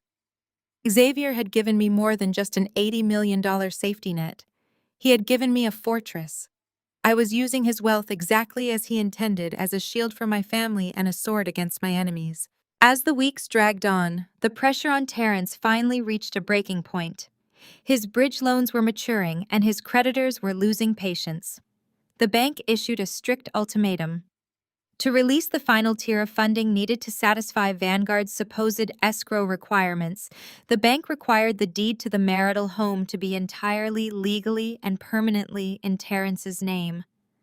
They needed my name completely removed from the title, and they needed proof that I held no marital claim to the property. Terrence could no longer afford to wait for a drawn-out fault-based divorce in the Georgia family court system. He did not have months to battle over my car or my jewelry. He needed my signature on a settlement immediately or his entire corporate empire would collapse before the weekend. Elias called me on a Tuesday morning, his deep voice thick with absolute amusement. Madame CEO Elias said, I just received a frantic phone call from your husband's high-priced family law attorney. Terrence is begging for an expedited in-person mediation. He wants to sit down in a room with you tomorrow morning. I walked over to my kitchen island, pouring myself a glass of sparkling water. Is he still demanding alimony in my vehicle? I asked, leaning against the cool marble counter. Elias laughed. Not anymore. The panic in his lawyer's voice was palpable. Terrence is officially dropping his demands for spousal support. He is offering a fast, clean cash settlement of $5,000 if you agree to walk away quietly and sign over your complete rights to the marital estate today. He is desperate to get your name off that deed so he can show the bank he has sole ownership of the collateral. He thinks I am starving, I noted, staring at my reflection in the polished glass of the oven. He thinks I am desperate enough to take $5,000 just to survive. He thinks he has battered me into submission. He believes he holds all the power. Elias agreed. How would you like me to respond to his legal team? I took a sip of my water, letting the cold reality of the moment settle over me. Terrence wanted to look me in the eye and force me to surrender. He wanted to watch me sign away my rights, believing he had successfully executed his master plan to replace me and save his business. He had no idea he was walking directly into a slaughterhouse. Tell his lawyer we accept the invitation for mediation, I instructed Elias, my voice ringing with unwavering authority. Tell them I will meet him tomorrow morning at the mediator's office. I want to look my husband in the eye one last time while he still believes he has won. Book the conference room, Elias. It is time to sign his divorce papers and seal his fate. The morning of the mediation, I woke up with ice in my veins. Today was the day I handed my husband the rope he would use to hang himself. I dressed in the tailored charcoal gray suit I had purchased with Xavier's trust funds, but I kept my accessories completely minimal. I needed Terrence to look at me and see the desperate, broken woman he had thrown out into the rain, not the architect of his impending corporate demise. My private driver dropped me off 2 blocks away from the mediation firm in Midtown Atlanta, ensuring my cover remained absolutely intact. I walked the rest of the way, letting the warm city breeze settle my nerves. When I walked into the sleek, glass-walled conference room, Terrence was already sitting at the polished oak table. He was flanked by his aggressive family law attorney and, unsurprisingly, his sister-in-law, Chloe. Malik was likely busy at their office, frantically fielding calls from their panicked creditors, so Chloe had come to spectate my supposed surrender. They both looked up as I entered the room. Terrence wore a smug, relaxed expression, the look of a man who firmly believed he held all the cards. Chloe openly rolled her eyes, her gaze sweeping over my suit with an audible scoff of absolute disdain. I took the seat across from them. The mediator, an older gentleman with a thick stack of manila folders, offered me a polite nod. Terrence did not even wait for the mediator to formally begin the session. I see you managed to find a clean outfit, Terrence said, his voice dripping with heavy condescension. I was half expecting you to show up in yesterday's clothes. Who did you borrow the suit from? I ignored his bait, maintaining a perfectly blank, unbothered expression. Let us just get to the terms, Terrence, I said calmly. Chloe leaned forward, resting her elbows on the heavy oak table. You are in no position to make demands, Aaliyah. Terrence is being incredibly generous by even allowing this mediation instead of dragging you through a public trial for the money you embezzled. You should be thanking him on your knees for keeping you out of a jail cell. The sheer audacity of her lies almost made me smile. They were so deeply committed to their fabricated reality. Terrence had successfully convinced his entire family that my non-existent theft was the reason his real estate firm was currently bleeding cash. He was using me as the ultimate scapegoat for his own massive financial failures and his reckless overleveraging. He played the victim perfectly, and Chloe swallowed every single word of it because it fit her racist, classist narrative of who I was. The mediator cleared his throat, attempting to restore professional order to the room. We are here to discuss the dissolution of the marriage and the division of marital assets. Mr. Washington has submitted a revised settlement offer for your consideration, Miss Washington. Terrence's lawyer slid a thick, bound legal document across the table. Terrence sat back in his chair, steepling his fingers, playing the role of the merciful king, extending a pardon to a traitor. I am willing to drop my demands for spousal support. Terrence stated, his tone magnanimous and entirely fake. I am also willing to drop the criminal charges regarding the funds you stole from my commercial accounts. In exchange, you will sign over your complete, uncontested rights to the primary marital estate. You forfeit any claim to my business assets, my investment portfolios, and my retirement accounts. The lawyer tapped a specific highlighted line on the final page of the document. In return for your full cooperation today, my client is offering a one-time cash settlement of $5,000 to assist you with your immediate transition and living expenses. $5,000. He was offering me $5,000 in exchange for a multi-million-dollar house that I had helped pay the mortgage on for 4 consecutive years. He was offering me pennies while secretly using that exact house as collateral to keep his sinking company afloat. He genuinely believed I was so destitute, so broken by his psychological warfare that I would eagerly snatch up $5,000 just to feed myself and my unborn child. He thought he had cornered me into submission. I stared down at the paperwork. I let the silence stretch out for a long, agonizing minute, deliberately allowing Terrence to bask in his perceived victory. I could see the desperate anticipation hiding just beneath his smug exterior. His foot was tapping slightly under the table. He needed this signature today. If I fought him, if I dragged this divorce out into months of bitter litigation, his assets would remain frozen. The bank would foreclose on the house, and his entire Vanguard land deal would disintegrate before the weekend. He was sweating under his tailored suit, praying I would just take the money and disappear. I slowly reached across the table and picked up the heavy black pen provided by the mediator. I did not argue. I did not cry. I did not beg for the car, my jewelry, or a fair division of the equity we had built together. I calmly flipped directly to the final page of the settlement agreement. "What are you doing?" Chloe asked, her voice faltering slightly. She was clearly unnerved by my complete lack of resistance. She had come here expecting a fight, expecting me to beg and plead for my life back. I signed my name on the dotted line with flawless, sweeping precision. I initialed every single page, acknowledging the total forfeiture of my marital rights. I signed away the house, the cars, and the investments without a single second of hesitation. I placed the pen down and slid the document back across the table toward Terrence's lawyer. Terrence exhaled a sharp, heavy breath. The relief washing over his face was absolute and undeniable. He thought he had just saved his entire life. He thought he had successfully cleared the path to move his pregnant 22-year-old mistress into my home without any legal blowback. He snatched the paperwork from the table, a triumphant, cruel smirk locking onto his face as he verified my signature. I stood up, smoothing the front of my jacket. I picked up my bag and pushed my chair in, ready to leave.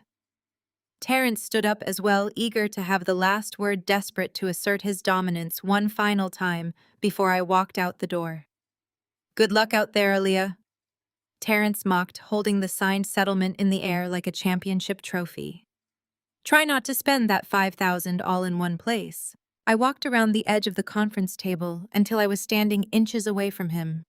The mediator and Chloe watched closely, tense, and expecting me to finally break, expecting me to slap him or scream obscenities. Instead, I leaned in very close. The scent of his expensive cologne mixed with the faint, sour smell of his hidden corporate panic. "I don't need your pennies, Terrence," I whispered, my voice dropping so low and cold that only he could hear the absolute venom behind the words. "Keep them. You are going to need every single cent for your bankruptcy." Terrence barked out a loud, incredulous laugh. He stepped back, shaking his head as if I were completely delusional. He looked over at Chloe, who was already rolling her eyes in agreement. "You have completely lost your mind," Terrence chuckled, waving me off with a dismissive flick of his wrist. "Enjoy the homeless shelter, you crazy parasite." I did not look back as I walked out of the conference room. I let him laugh. I let him celebrate his fake hollow victory. Because with that single flawless signature, I had just fully satisfied the strict morality and severance clause of Xavier's will. The divorce was finalized on his terms, leaving me entirely legally unattached to his mounting debts and his rapidly sinking ship. He had no claim to my future, and I bore no responsibility for his impending destruction. I stepped out of the office building and into the warm Atlanta sun, pulling my phone from my bag. I dialed Elias. "The marriage is officially dissolved." I said, a dangerous, deeply satisfied smile spreading across my face. "Terrence has the deed to the house. He took the bait. Now let him leverage it into the ground. It is time to prepare for the gala." Valerie sent me the audio files later that same evening. I sat on my plush velvet sofa, a cup of herbal tea warming my hands, and listened to my former family celebrate their supposed victory. Valerie had managed to clone Terrence's office phone or bug his conference room. I did not ask how she did it. I only cared about the crystal-clear audio filtering through my speakers. Terrence was pouring expensive scotch for his brother Malik. I could hear the clink of the heavy crystal glasses. He was bragging about how easily I had folded at the mediation table. She signed everything, Terrence boasted, his voice loud and full of arrogant relief. Did not fight for a single dime. She even took the $5,000. I told you she was desperate. Chloe's sharp, grating laugh echoed in the background. "And what was that little whisper she gave you at the end?" Chloe mocked. "Something about bankruptcy." Terrence scoffed. "She is completely delusional. She lost her job, she lost her marriage, and her mind just snapped. Let her wander the streets making crazy threats. The only thing that matters is that the bank accepted the clean deed to the house this afternoon. Our bridge loans are extended. Now all we have to do is show up at the City Development Gala on Saturday and secure the Vanguard contract." Malik chimed in, his tone dead serious. "We need to corner the Vanguard CEO the second he walks into that ballroom. The rumor is he is flying in specifically to announce the winner of the 50-acre downtown lot. We schmooze him, we show him the bank backing, and we lock this deal down before the night ends." They honestly believed they had secured their salvation. They thought the Vanguard CEO was some old wealthy man they could charm with expensive liquor and empty promises. They poured another round of drinks, toasting to their generational wealth and their brilliant corporate maneuvering. I closed the audio file and smiled into the quiet, empty penthouse. Their arrogance was blinding them to the massacre waiting just around the corner. The City Development Gala was the most exclusive corporate event of the year in Atlanta. It was a playground for billionaires, politicians, and the city's most ruthless real estate moguls. Terrence had spent months preparing for it, buying a new custom tuxedo and ensuring Chloe had a designer gown that would command attention. It was their ultimate stage. I decided it would also be their graveyard. The next 48 hours were a whirlwind of clinical precision and intense legal execution. Xavier had designed the morality and severance clause to be absolutely bulletproof, leaving zero room for interpretation. Elias arrived at my penthouse on Thursday morning, accompanied by two highly credentialed professionals. One was a private medical examiner, and the other was a former federal polygraph examiner. I sat at my marble dining table, rolling up my sleeve for the medical examiner. The blood draw was quick and efficient. The examiner was conducting a highly advanced prenatal DNA test. Valerie had successfully obtained a DNA sample from Terrence by retrieving a discarded coffee cup from his office trash. We were comparing it directly to the fetal DNA present in my bloodstream. It was the absolute, undeniable biological proof that Terrence was the father of the child I was carrying. Next came the polygraph. The examiner strapped the sensors to my chest and fingers measuring my heart rate and respiration. The questions were blunt and highly invasive, designed to leave absolutely no legal doubt about my fidelity. Have you engaged in any romantic or physical relationship outside of your marriage to Terrence Washington? No. Have you accepted funds or gifts from any romantic partner other than your husband during your marriage? No. Are you the biological mother of the child you are currently carrying, and is Terrence Washington the sole biological father? Yes. I answered every single question with absolute unwavering calm. My heart rate barely shifted. I had nothing to hide, no lies to protect, and no guilt to harbor. I had been a loyal, dedicated wife to a man who did not deserve a fraction of my devotion. The polygraph examiner unhooked the straps and looked at Elias with a firm nod. She passed completely, no deception indicated. By Friday afternoon, the official medical results were delivered directly to Sterling and Vance via secure courier. Elias brought the sealed documents to my penthouse just as the sun was beginning to set over the Atlanta skyline. I sat on the sofa watching as Elias broke the wax seal on the final envelope. He pulled out the medical report and the polygraph certification. He placed them on the glass coffee table, right next to the signed divorce decree we had finalized earlier that week. "It is done," Elias said, his voice thick with a profound, quiet emotion. "You have successfully cleared every single stipulation of the morality and severance clause. Terrence has zero legal claim to your assets, and your character has been flawlessly authenticated." Elias reached into his heavy leather briefcase and pulled out a thick stack of pristine, watermarked documents. He set them gently on the table. This was not just paperwork. This was the culmination of Xavier's life work. This was the empire he had built from nothing across oceans and continents, all to make sure I would never be vulnerable again.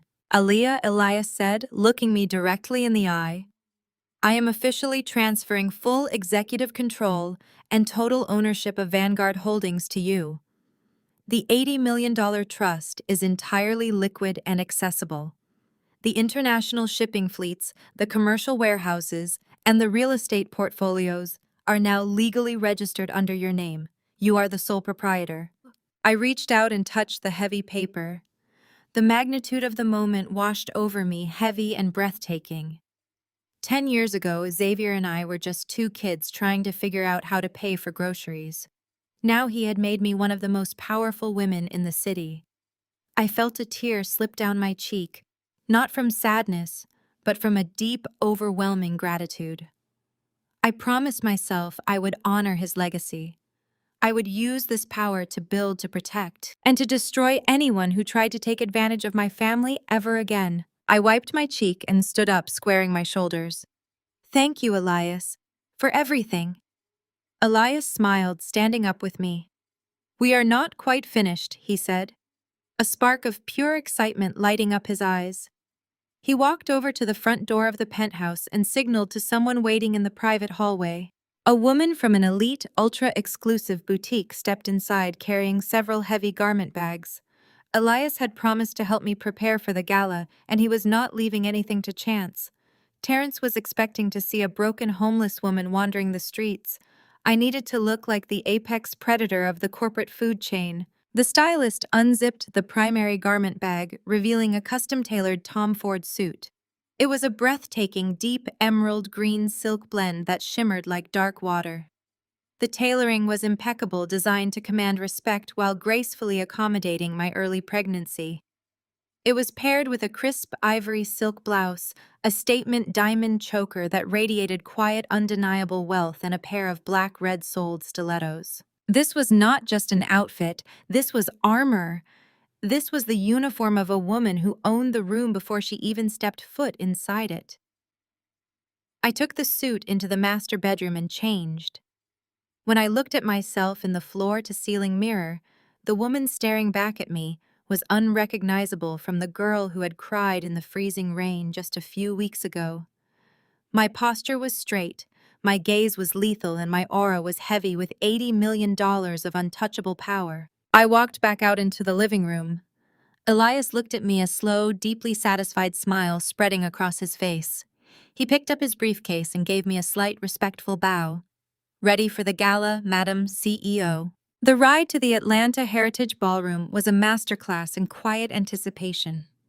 I sat in the back of the chauffeur-driven Maybach, watching the city lights blur past the tinted windows. Elias sat across from me, tapping away on his encrypted tablet, coordinating the final details of the evening. The deep emerald green of my Tom Ford suit caught the ambient light from the street lamps. I rested my hand on my stomach, feeling a gentle kick. We were about to reclaim our future.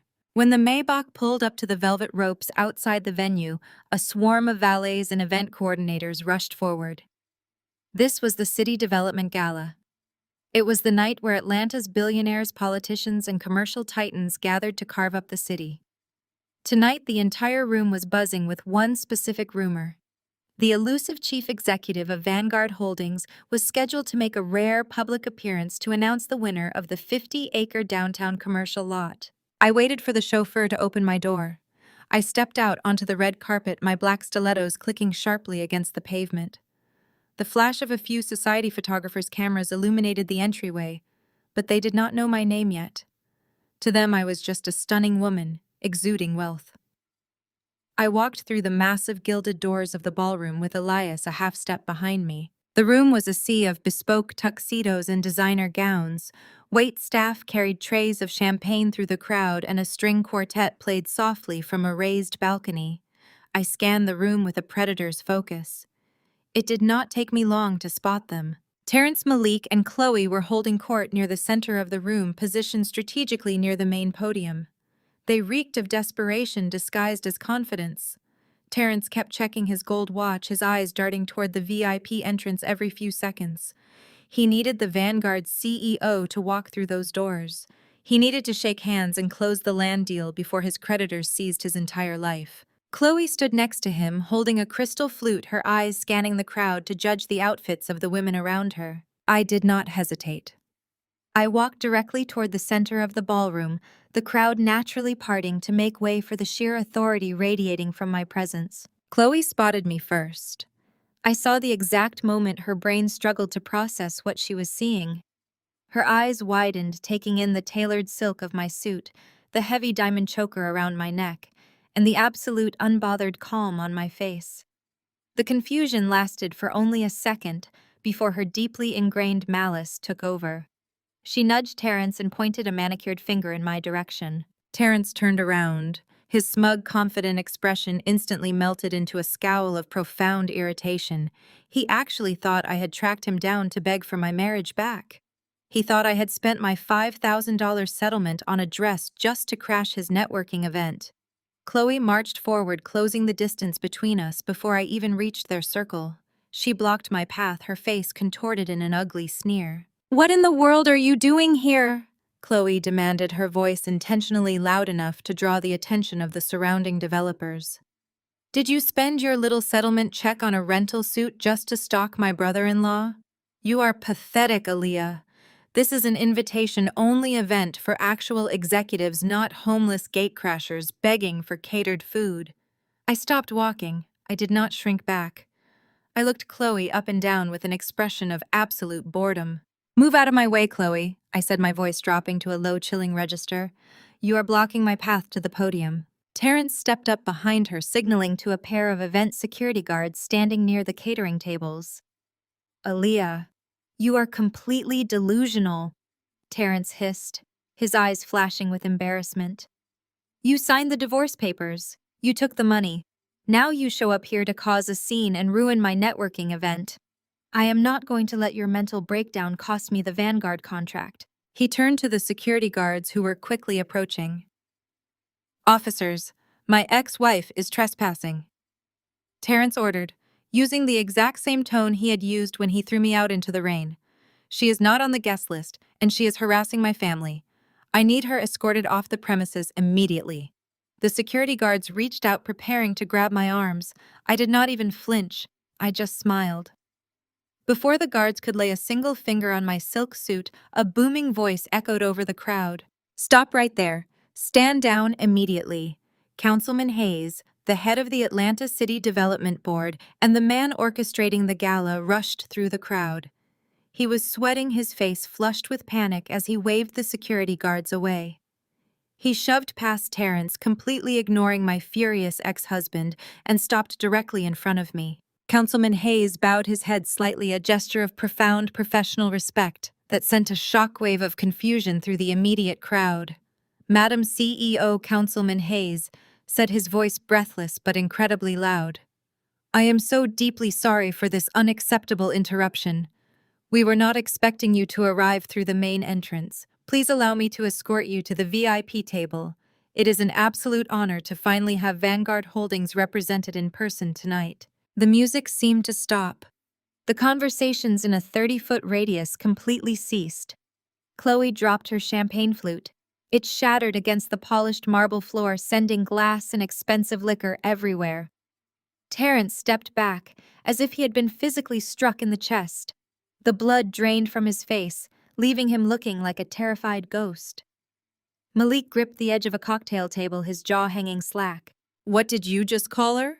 Terrence stammered, his voice cracking, pitching upward in raw terror. Vanguard. She is not Vanguard. She is an unemployed financial analyst. She has nothing. Councilman Hayes turned to Terrence, looking at him like he was a complete idiot. Mr. Washington, you are speaking to the sole proprietor and chief executive officer of Vanguard Holdings.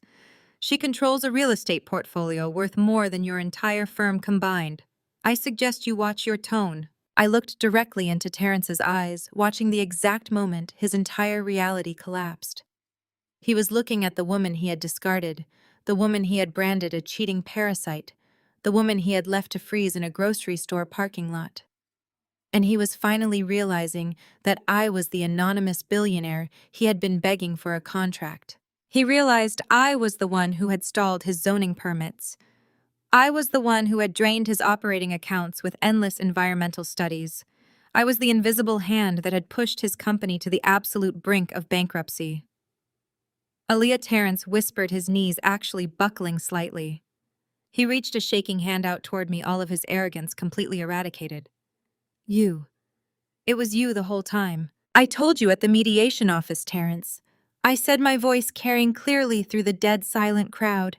I told you that you were going to need those pennies for your bankruptcy. You should have listened to your wife. I turned my back on him, ignoring his sudden desperate stammering. I walked gracefully toward the main stage, the crowd parting for me like the Red Sea. Elias walked beside me, his presence a silent, heavy warning to anyone who dared step in my way. I climbed the short staircase to the podium and adjusted the microphone. The bright stage lights illuminated the emerald green of my suit. I looked out over the ballroom of Atlanta's most powerful people, and right in the front row stood Terrence, Malik, and Chloe. They looked like they were standing in front of a firing squad. Good evening, ladies and gentlemen. I began, my voice ringing with total authority. My name is Aaliyah Washington. As the Chief Executive Officer of Vanguard Holdings, I want to thank the City Council for their dedication to urban development. Vanguard is committed to investing in the future of Atlanta, to building infrastructure that serves the community, and to partnering with firms that operate with the highest level of integrity. I paused, letting my eyes lock onto Terrence. He was gripping the back of a chair, his chest heaving with panic. He was silently praying to whatever God he believed in, that I would keep our personal matters out of corporate business. He was hoping my professionalism would save his life. He was wrong. For the past 8 months, Vanguard Holdings has been entertaining a massive bid for the 50-acre downtown commercial lot I announced, pacing my words with lethal precision. Several firms submitted proposals, but one firm in particular aggressively lobbied for the land rights. That firm is Washington Commercial Development, led by Terrence and Malik Washington. A murmur of anticipation ran through the crowd. Investors and competitors turned to look at the two brothers. Terrence closed his eyes, bracing himself for salvation. Tonight, I am officially concluding those negotiations I stated. Vanguard Holdings is formally and permanently denying the land contract to Washington Commercial Development. The murmur turned into a loud collective gasp. Malik dropped his head into his hands. Chloe grabbed Malik's arm, her face twisted in horror. Terrence just stared at me, completely paralyzed. We do not make these decisions lightly. I continued, my tone cold and clinical. But Vanguard Holdings conducts rigorous financial and ethical audits on all potential partners. During our due diligence, we uncovered severe financial insolvency within the Washington firm. They are heavily leveraged on predatory bridge loans. Furthermore, we uncovered a deeply disturbing pattern of fraudulent leadership. We cannot in good conscience trust a 50-acre city development to a firm built on deception, hidden debt, and moral bankruptcy. The room erupted in shocked whispers. I had just publicly slaughtered their company. I had essentially told every major investor and bank in the room that Washington Commercial Development was a fraudulent sinking ship. Their corporate reputation was dead. Their credit lines would be frozen by tomorrow morning. "Aaliyah, please," Terrence screamed, completely losing his mind. He lunged forward, breaking past the front row of tables. "You cannot do this. You are ruining my life." I did not even flinch. I gripped the sides of the podium and leaned into the microphone. "I am not finished, Terrence. We are going to show your investors exactly what kind of man you are." I gave a sharp nod to Elias, who was standing near the audio-visual controls. The massive presentation screen behind the podium flickered to life. I was not just going to take his company, I was going to obliterate his entire existence. The massive presentation screen behind the podium flickered to life, casting a harsh, bright glow over the dead silent ballroom. I gripped the edges of the podium, looking out at the sea of wealthy investors and powerful city officials. I was not just going to reject my husband's corporate bid.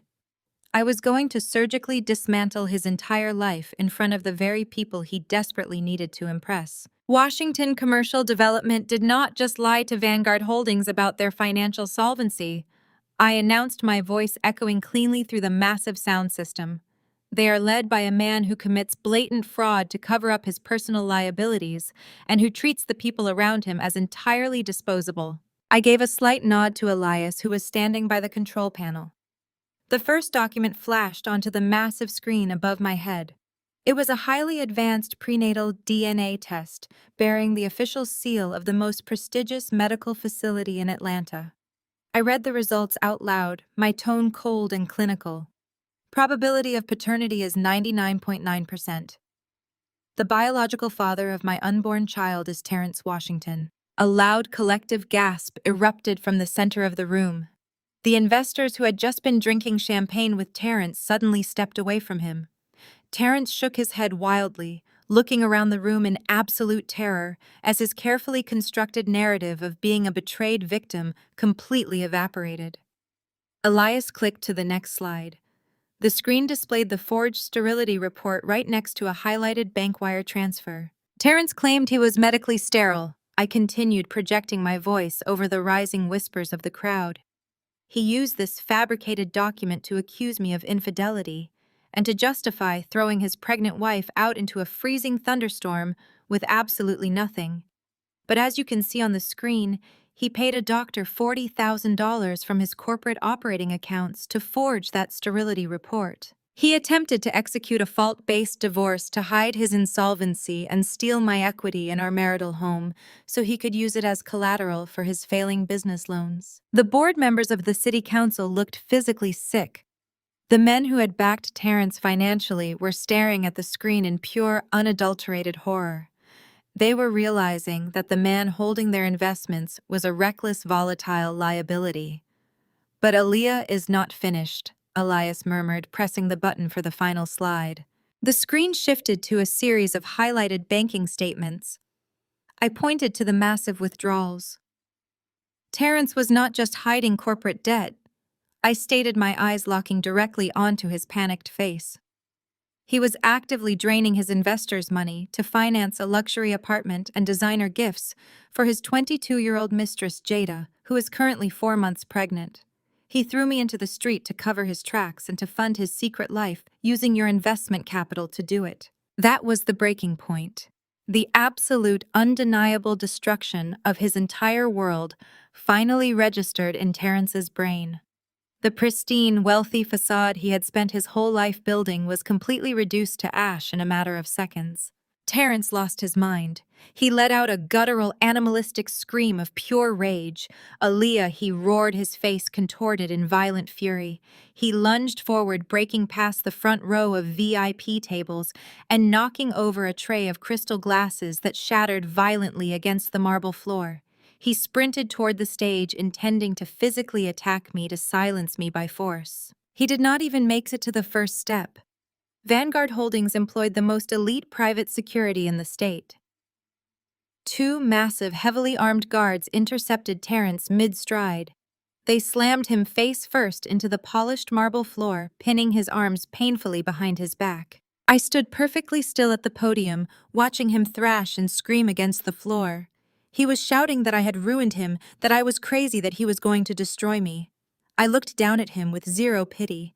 He looked exactly like the pathetic, weak man he had always been hiding beneath an expensive suit. The security guards hauled him up by his arms and dragged him out of the ballroom while the entire city elite watched his humiliating exit. The room was buzzing with shocked, frantic energy.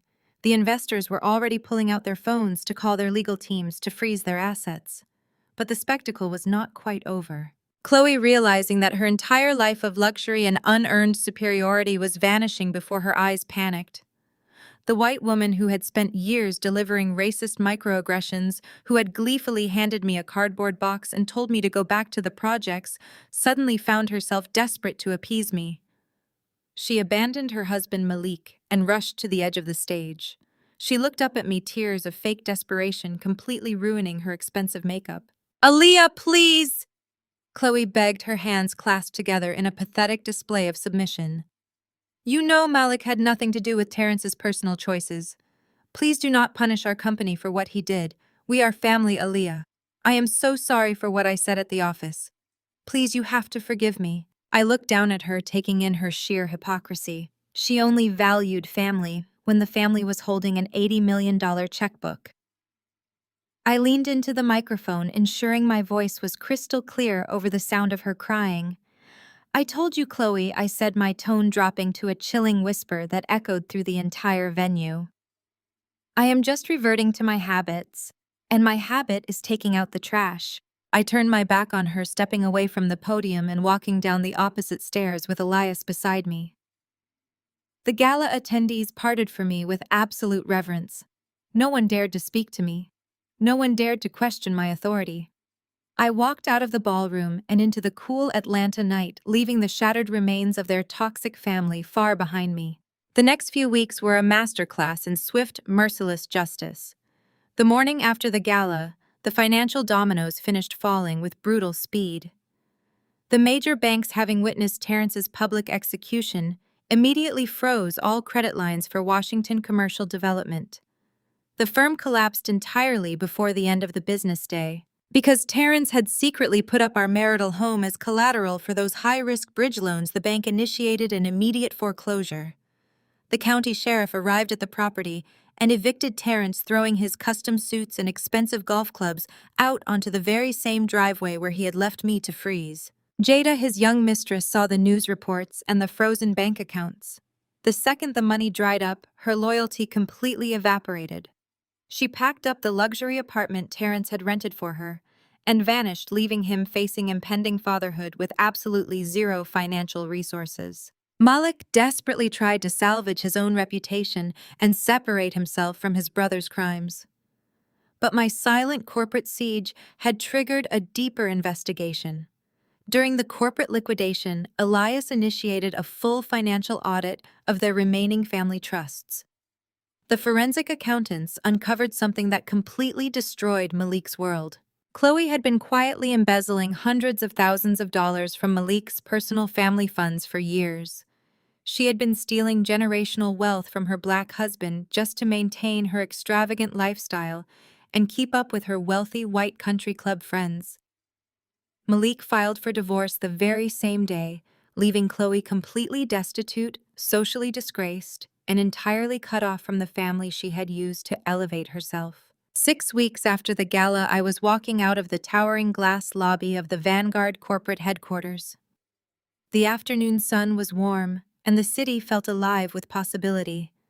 My chauffeur was holding the door to my Maybach, ready to take me home. Out of the shadows of the building stepped Terrence. I stopped walking my private security detail, instantly stepping forward to block his path. Terrence looked completely unrecognizable. He was wearing a cheap, wrinkled shirt, his shoulders slumped, and his former arrogance entirely erased. I knew from Valerie's ongoing reports that he was currently facing multiple federal charges for bank fraud and was working a minimum wage logistics job just to pay his mounting legal defense fees. He was working the exact same warehouse shifts he used to mock me for. "Aaliyah, please." Terrence begged, his voice cracking as tears streamed freely down his face. He held his hands up in a gesture of total surrender. "I lost everything. I am facing 5 years in federal prison. I have nothing left. Please, I just want to be a father to our baby. I want my family back. I know I was wrong. Give me a second chance." I looked at the broken man standing on the pavement. I did not yell. I did not hurl insults or tell him how much I hated him. He was not even worth my anger anymore. I walked past the security guards and stepped into the plush leather interior of my Maybach. I sat down and looked out at him. I reached into my designer bag and pulled out a folded legal document. I handed it to one of my guards, who pressed it firmly into Terrence's chest. It was a permanent restraining order signed by a superior court judge barring him from ever coming within 500 feet of me or my child. "You said it yourself, Terrence." I said, my voice perfectly calm and absolute. "It is not your child. It is my heir." I pressed the button to roll up the tinted window, sealing him out of my life forever. The driver smoothly pulled away from the curb, leaving Terrence standing completely alone on the sidewalk, clutching the legal paper, as his entire existence faded into my rearview mirror. Months later, the crisp air of early autumn settled over Georgia. I was standing in the sun-drenched nursery of my sprawling multi-million-dollar private estate. I gently rocked in a plush velvet chair, rubbing my heavily pregnant belly as the baby kicked happily against my palm. The room was decorated in soft, calming sage greens and warm golds, a sanctuary of absolute peace and impenetrable security. I looked out the massive arched windows at the lush, gated grounds that I owned free and clear. I thought about Xavier, the boy who had loved me in a tiny apartment on the south side. He did not just leave me a fortune. He reached through time and circumstance to give me the ultimate gift of independence. He gave me the power to rescue myself. I had eradicated the toxic people who tried to abuse and discard me. I had won back my dignity without compromising my character, and I had built a fortress for my unborn child that no one could ever tear down. Society spends so much time telling women that we must endure disrespect, infidelity, and cruelty just to keep a seat at the table.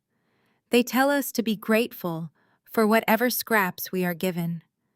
But sitting in my beautiful home, preparing to welcome my child into a life of limitless opportunity, I finally understood the ultimate truth.